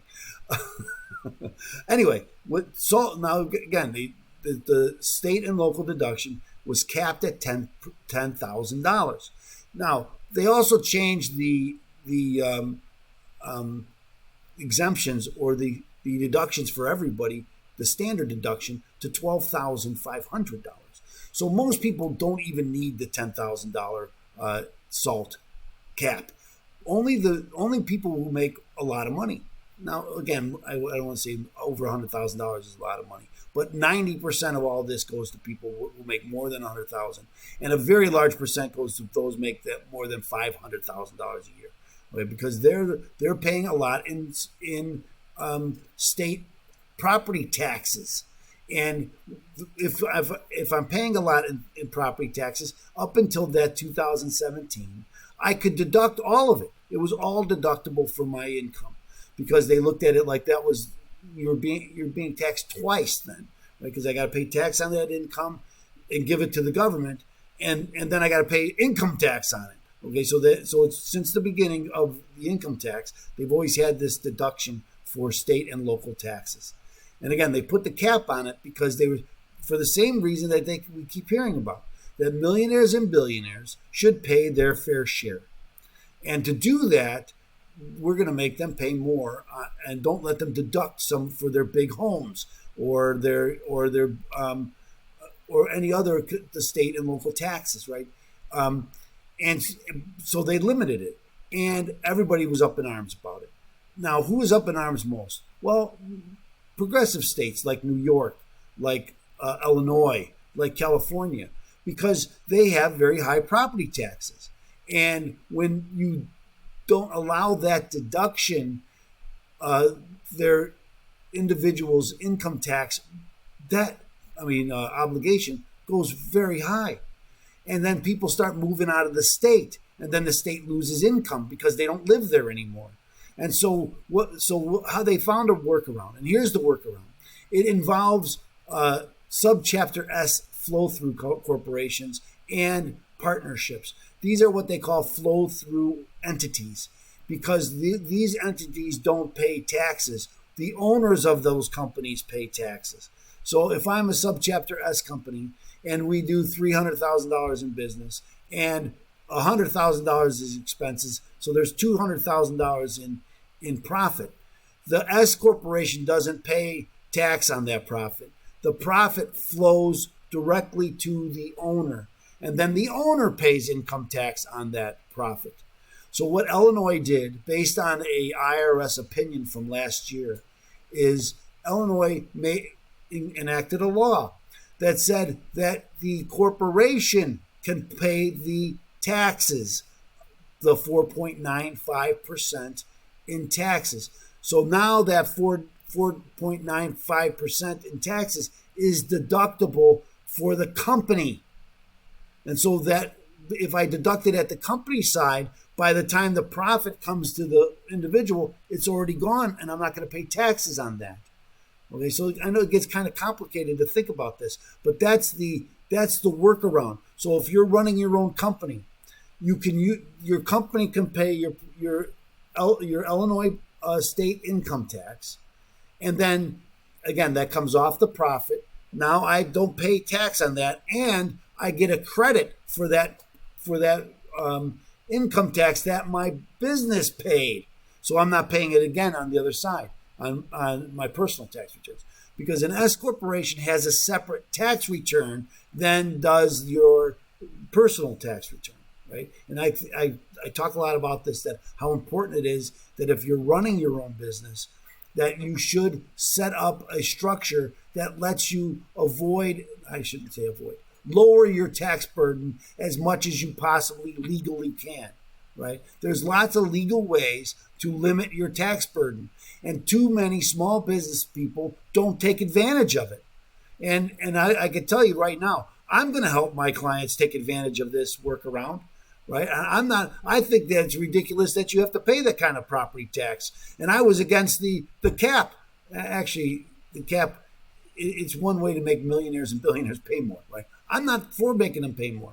But if that's what you're going to do, it's kind of, so they're trying to say that millionaires and billionaires don't pay enough. And then when you get a rule in the law to make them pay more, they work around it and they find a way around it. And now they say, well, I know that this helps them pay more taxes. Now we're going to help them pay less taxes.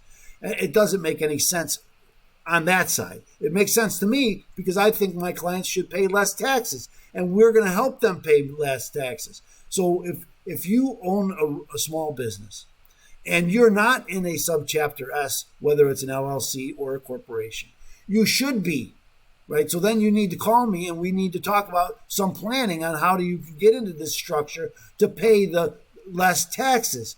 I could tell you that, in my opinion, who pays the most taxes in our society? Sole practitioners. They're I should say sole proprietors. I'm a sole practitioner, but I have a corporation, right? So you need to structure your business correctly to take advantage of these tax benefits. Okay, so Illinois is going to offer this tax benefit to subchapter S corporations. And if you're running a business, and you don't have this designation, this is another reason why you should. You're going to save on the cap, on the SALT cap. And that's just one of the savings. There's lots of other savings that you can apply. I've been also talking about how the IRS is starting to target corporations, S corporations, because so many people don't run them, their taxes correctly through them. And that's another thing we can help you with. So again, if you're a small business, if you run a small business and you don't have the proper structure, you're just giving money away to the government. Don't give money to the government, right? Hire us and we can help you save that. So again, we're open tax advocates at chicagotaxteam.com.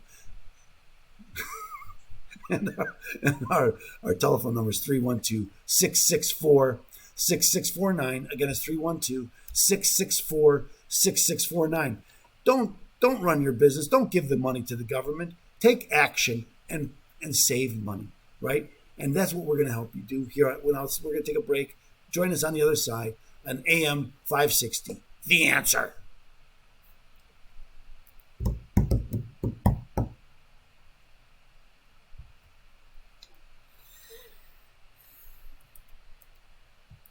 All right then. All right then. Let me just change my camera angle. This is why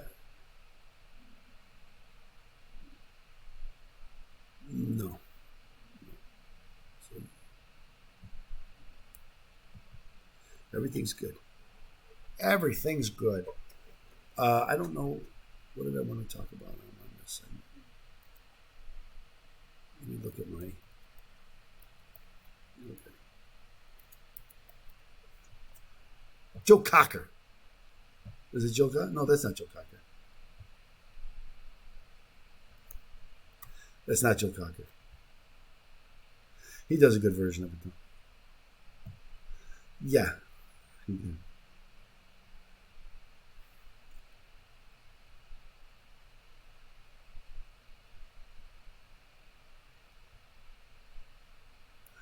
Oh yeah, and every with every word, every note, yeah. What was I going to talk about?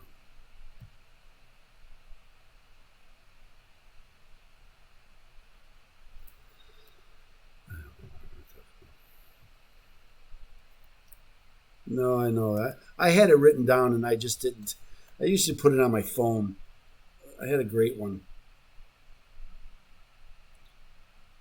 No, I don't have a great one. So, I want to put it in the thing here. Let me just change this and then I'll figure something. I'll figure out something.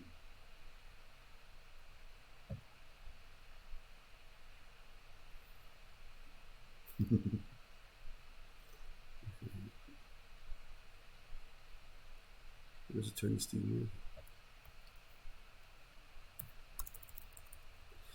Okay. Put your phone number in, Steve.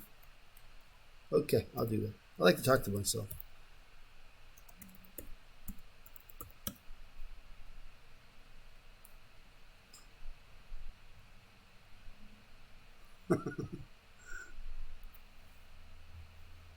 Okay, now. I'm going to talk about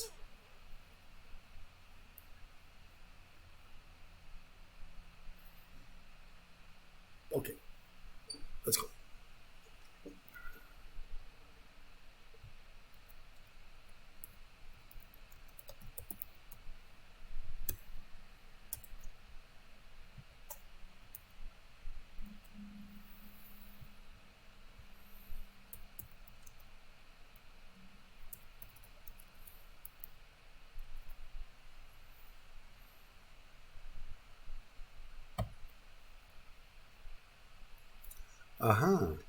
We're not going to do our regular opening today. And because I was here. And I'm the tax man. I am the tax man.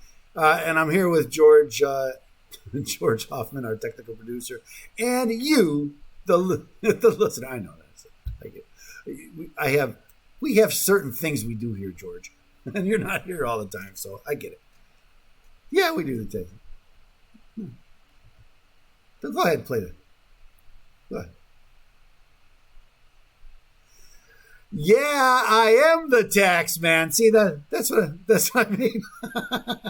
So I am the tax man. And what we're going to talk about today, here's the question I get. Attorney Leahy, what do I have to do to get a deal with the IRS? What are they going to ask me for? Well, here's the thing they're going to ask you for. They're going to ask you for what they call a collection information statement. This is and you'll hear about this all the time. It's Form 433. That's what we call it at our office. Hey, you got to do a 433. Hey, did you get the 433? Hey, did you send in the 433? The 433, there's a couple of different versions of this Form 433. But it's really about collecting financial information from you. And the same thing with no matter what. Now, there's 6 things you can do if you owe the IRS money. So the first thing you can do is pay them. Well, if you pay them, you don't need a financial information sheet because you're just going to pay them. The second thing you can do is an installment agreement. And unless you plan on, if you owe less than $25,000 and you're going to pay them 100%, then you don't need a 433. And sometimes it makes sense to avoid this because what the IRS sees is, hey, you can pay more. I want them to pay more. Remember, they want you to pay everything yesterday, right? And you want to pay it as long as you can. You want to get as much time as you can, and then pay it down more quickly. But you want to get you want the deal to be a small number every month for as long as you can get it. That's what we try to do. And then we encourage you to pay faster because here's the thing. By law, they're going to charge you interest on any money balance that you have. So even though if you're in an agreement, and I get this question all the time, if I'm in an agreement, are they still charging me interest? The answer is yes, they are still charging you interest. And the thing about IRS interest is, it's not that it's a very high interest rate. I believe it's at 3% now. It's that they compound it every day. So the annual percentage rate is much higher than what they say, the 3%. Right? And this is what really hurts people. It's the interest that they pay and the penalties. And then they charge you interest on the penalties.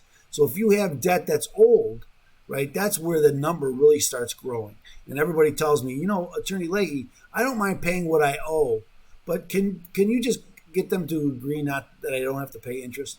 And as I mentioned, it's in the statute. They can't not agree to take interest from you. Okay? Sometimes you can get the penalties abated, but you're always going to have to pay interest. So then the next thing is the offer and compromise too. And in the offer and compromise, same thing. They're going to look at all your income. They're going to look at your expenses.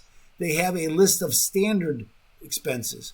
Okay, and you got to pay very close attention to this form because what happens is first there's what they call a 433F, and this is a abbreviated version. And sometimes when you talk to the IRS, they'll say, well, let's do it over the phone, and then you'll start giving, well, what's your income? Remember, they know what your income is. That's kind of a given. And then they'll ask you about your expenses, and then they'll be writing them down. You'll forget some of your expenses. And then they'll come to the end and say, well, look, from what you just told me, you could pay $1,500 a month. And you're like, I can't pay $1,500 a month. Well, that's your own numbers. That's what it is. And so never get on the phone unless you have already done this form yourself. And you can find the form 433F, or the more comprehensive form is what they call 433A. For a business, it's 433B. Okay, so you want to get these forms. It's online. And go through them thoroughly before you call the IRS. Because if your own numbers, and when you complete this form and you say, here's my income and here's my expenses, if you do the step and subtract your expenses from your income, that's the minimum number you're going to pay. Because you're telling them that's what you can pay. Okay, so make sure you understand that before you start handing these numbers over to the IRS. And that's why it's so important to understand what that 433 form is. It is really the driving force between what you're going to pay the IRS every month, because that's how they're going to define and calculate what your disposable income is. And the disposable income is really, again, is the number that they're going to ask you to use to pay your debt down. If that's enough to pay it 100%, great. But if I could prove I don't have enough disposable income to pay all of my debt, well, then I can come up with an agreement that won't pay the IRS everything I owe them. And that's important, right? Because if they start just dividing what I owe by 48, they say, hey, you got to pay in 4 years, or 60, you got to pay in 5 years. See, that number is going to be so high that you can't afford to pay it. So be very careful when you're giving numbers to the IRS. Make sure that you've done your homework beforehand and give them accurate numbers, because they're going to hold them to you. So anyway, I hope that answers your question. Okay, so thanks so much for now again. If you're having this problem, if you you have questions about Form 433, call me at Open Tax Advocates at 312-664-6649. Again, 312-664-6649. You can visit us on the web at chicagotaxteam.com. We're going to take one more break. We're going to join one more segment, so listen to our sponsors. Come right back on AM 560, The Answer.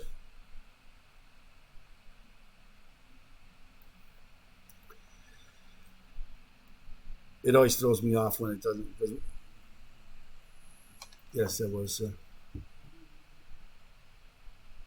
That is a. We didn't do that. We didn't do the end either, where it says, thank you. But no.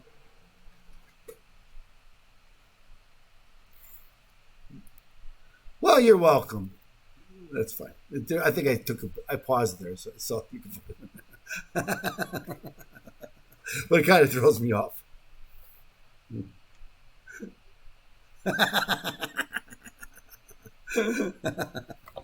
Okay, let's do the final segment then. There is none.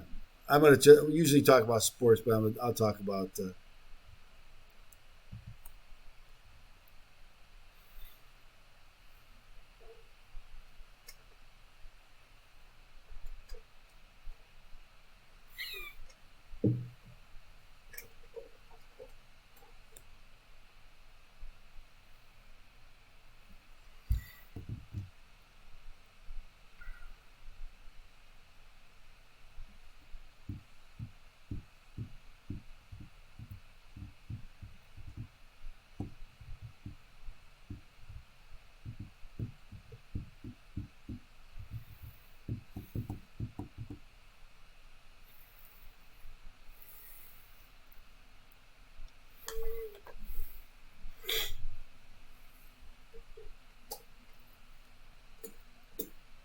Welcome back to the program. I am your host, like the guy just said. I'm attorney Stephen Leahy. We're here with George Hoffman, our technical producer. Hey, George, do you see a 000's plug in there?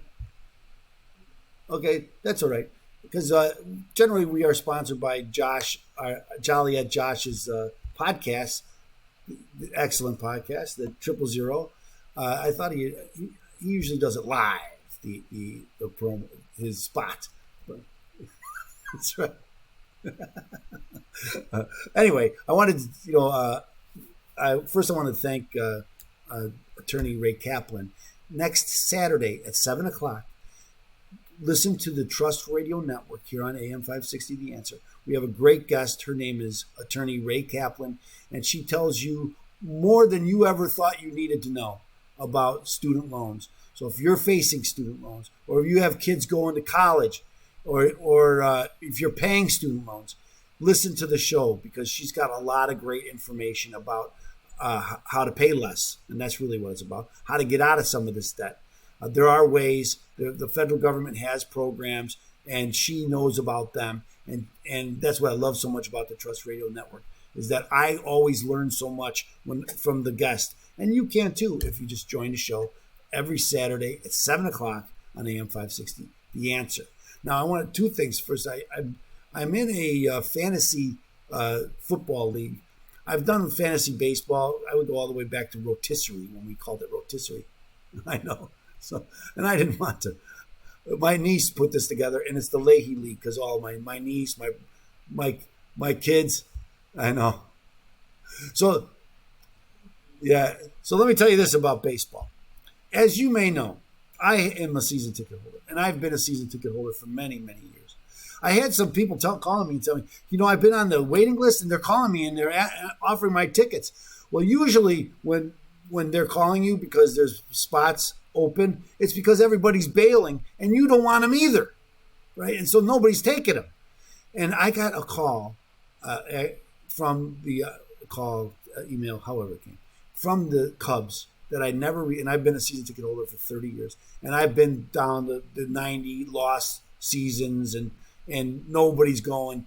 They offered to give me a credit for 6 games in September and apply them next, because they know I can't sell them. Can't get it. They want me to keep my season tickets. But that tells me things are not good, right? That people are bailing, and I've been through the bad times, and they've never done that. I had to eat the tickets, but now they're so expensive, and now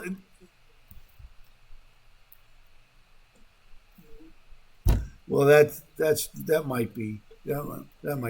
And again, also now with the mask mandate, although I heard that you're outside, so they don't do it unless you go to the bathroom. Then you got to put a mask on. But anyway, I just thought it was interesting that they made this concession to the season ticket holders, because it's not because they're trying to be nice to season ticket holders, okay? Because they're not. I always thought the Ricketts were going to be a great addition and really be good for.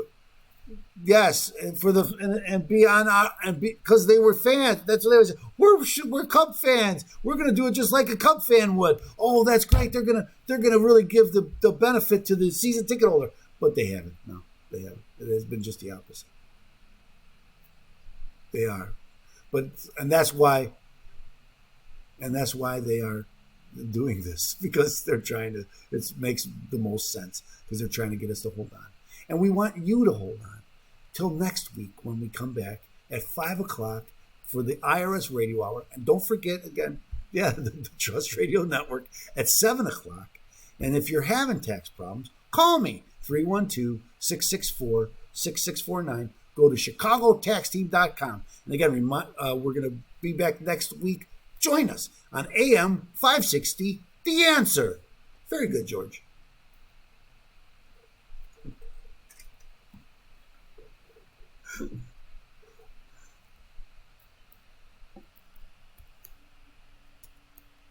We're finished.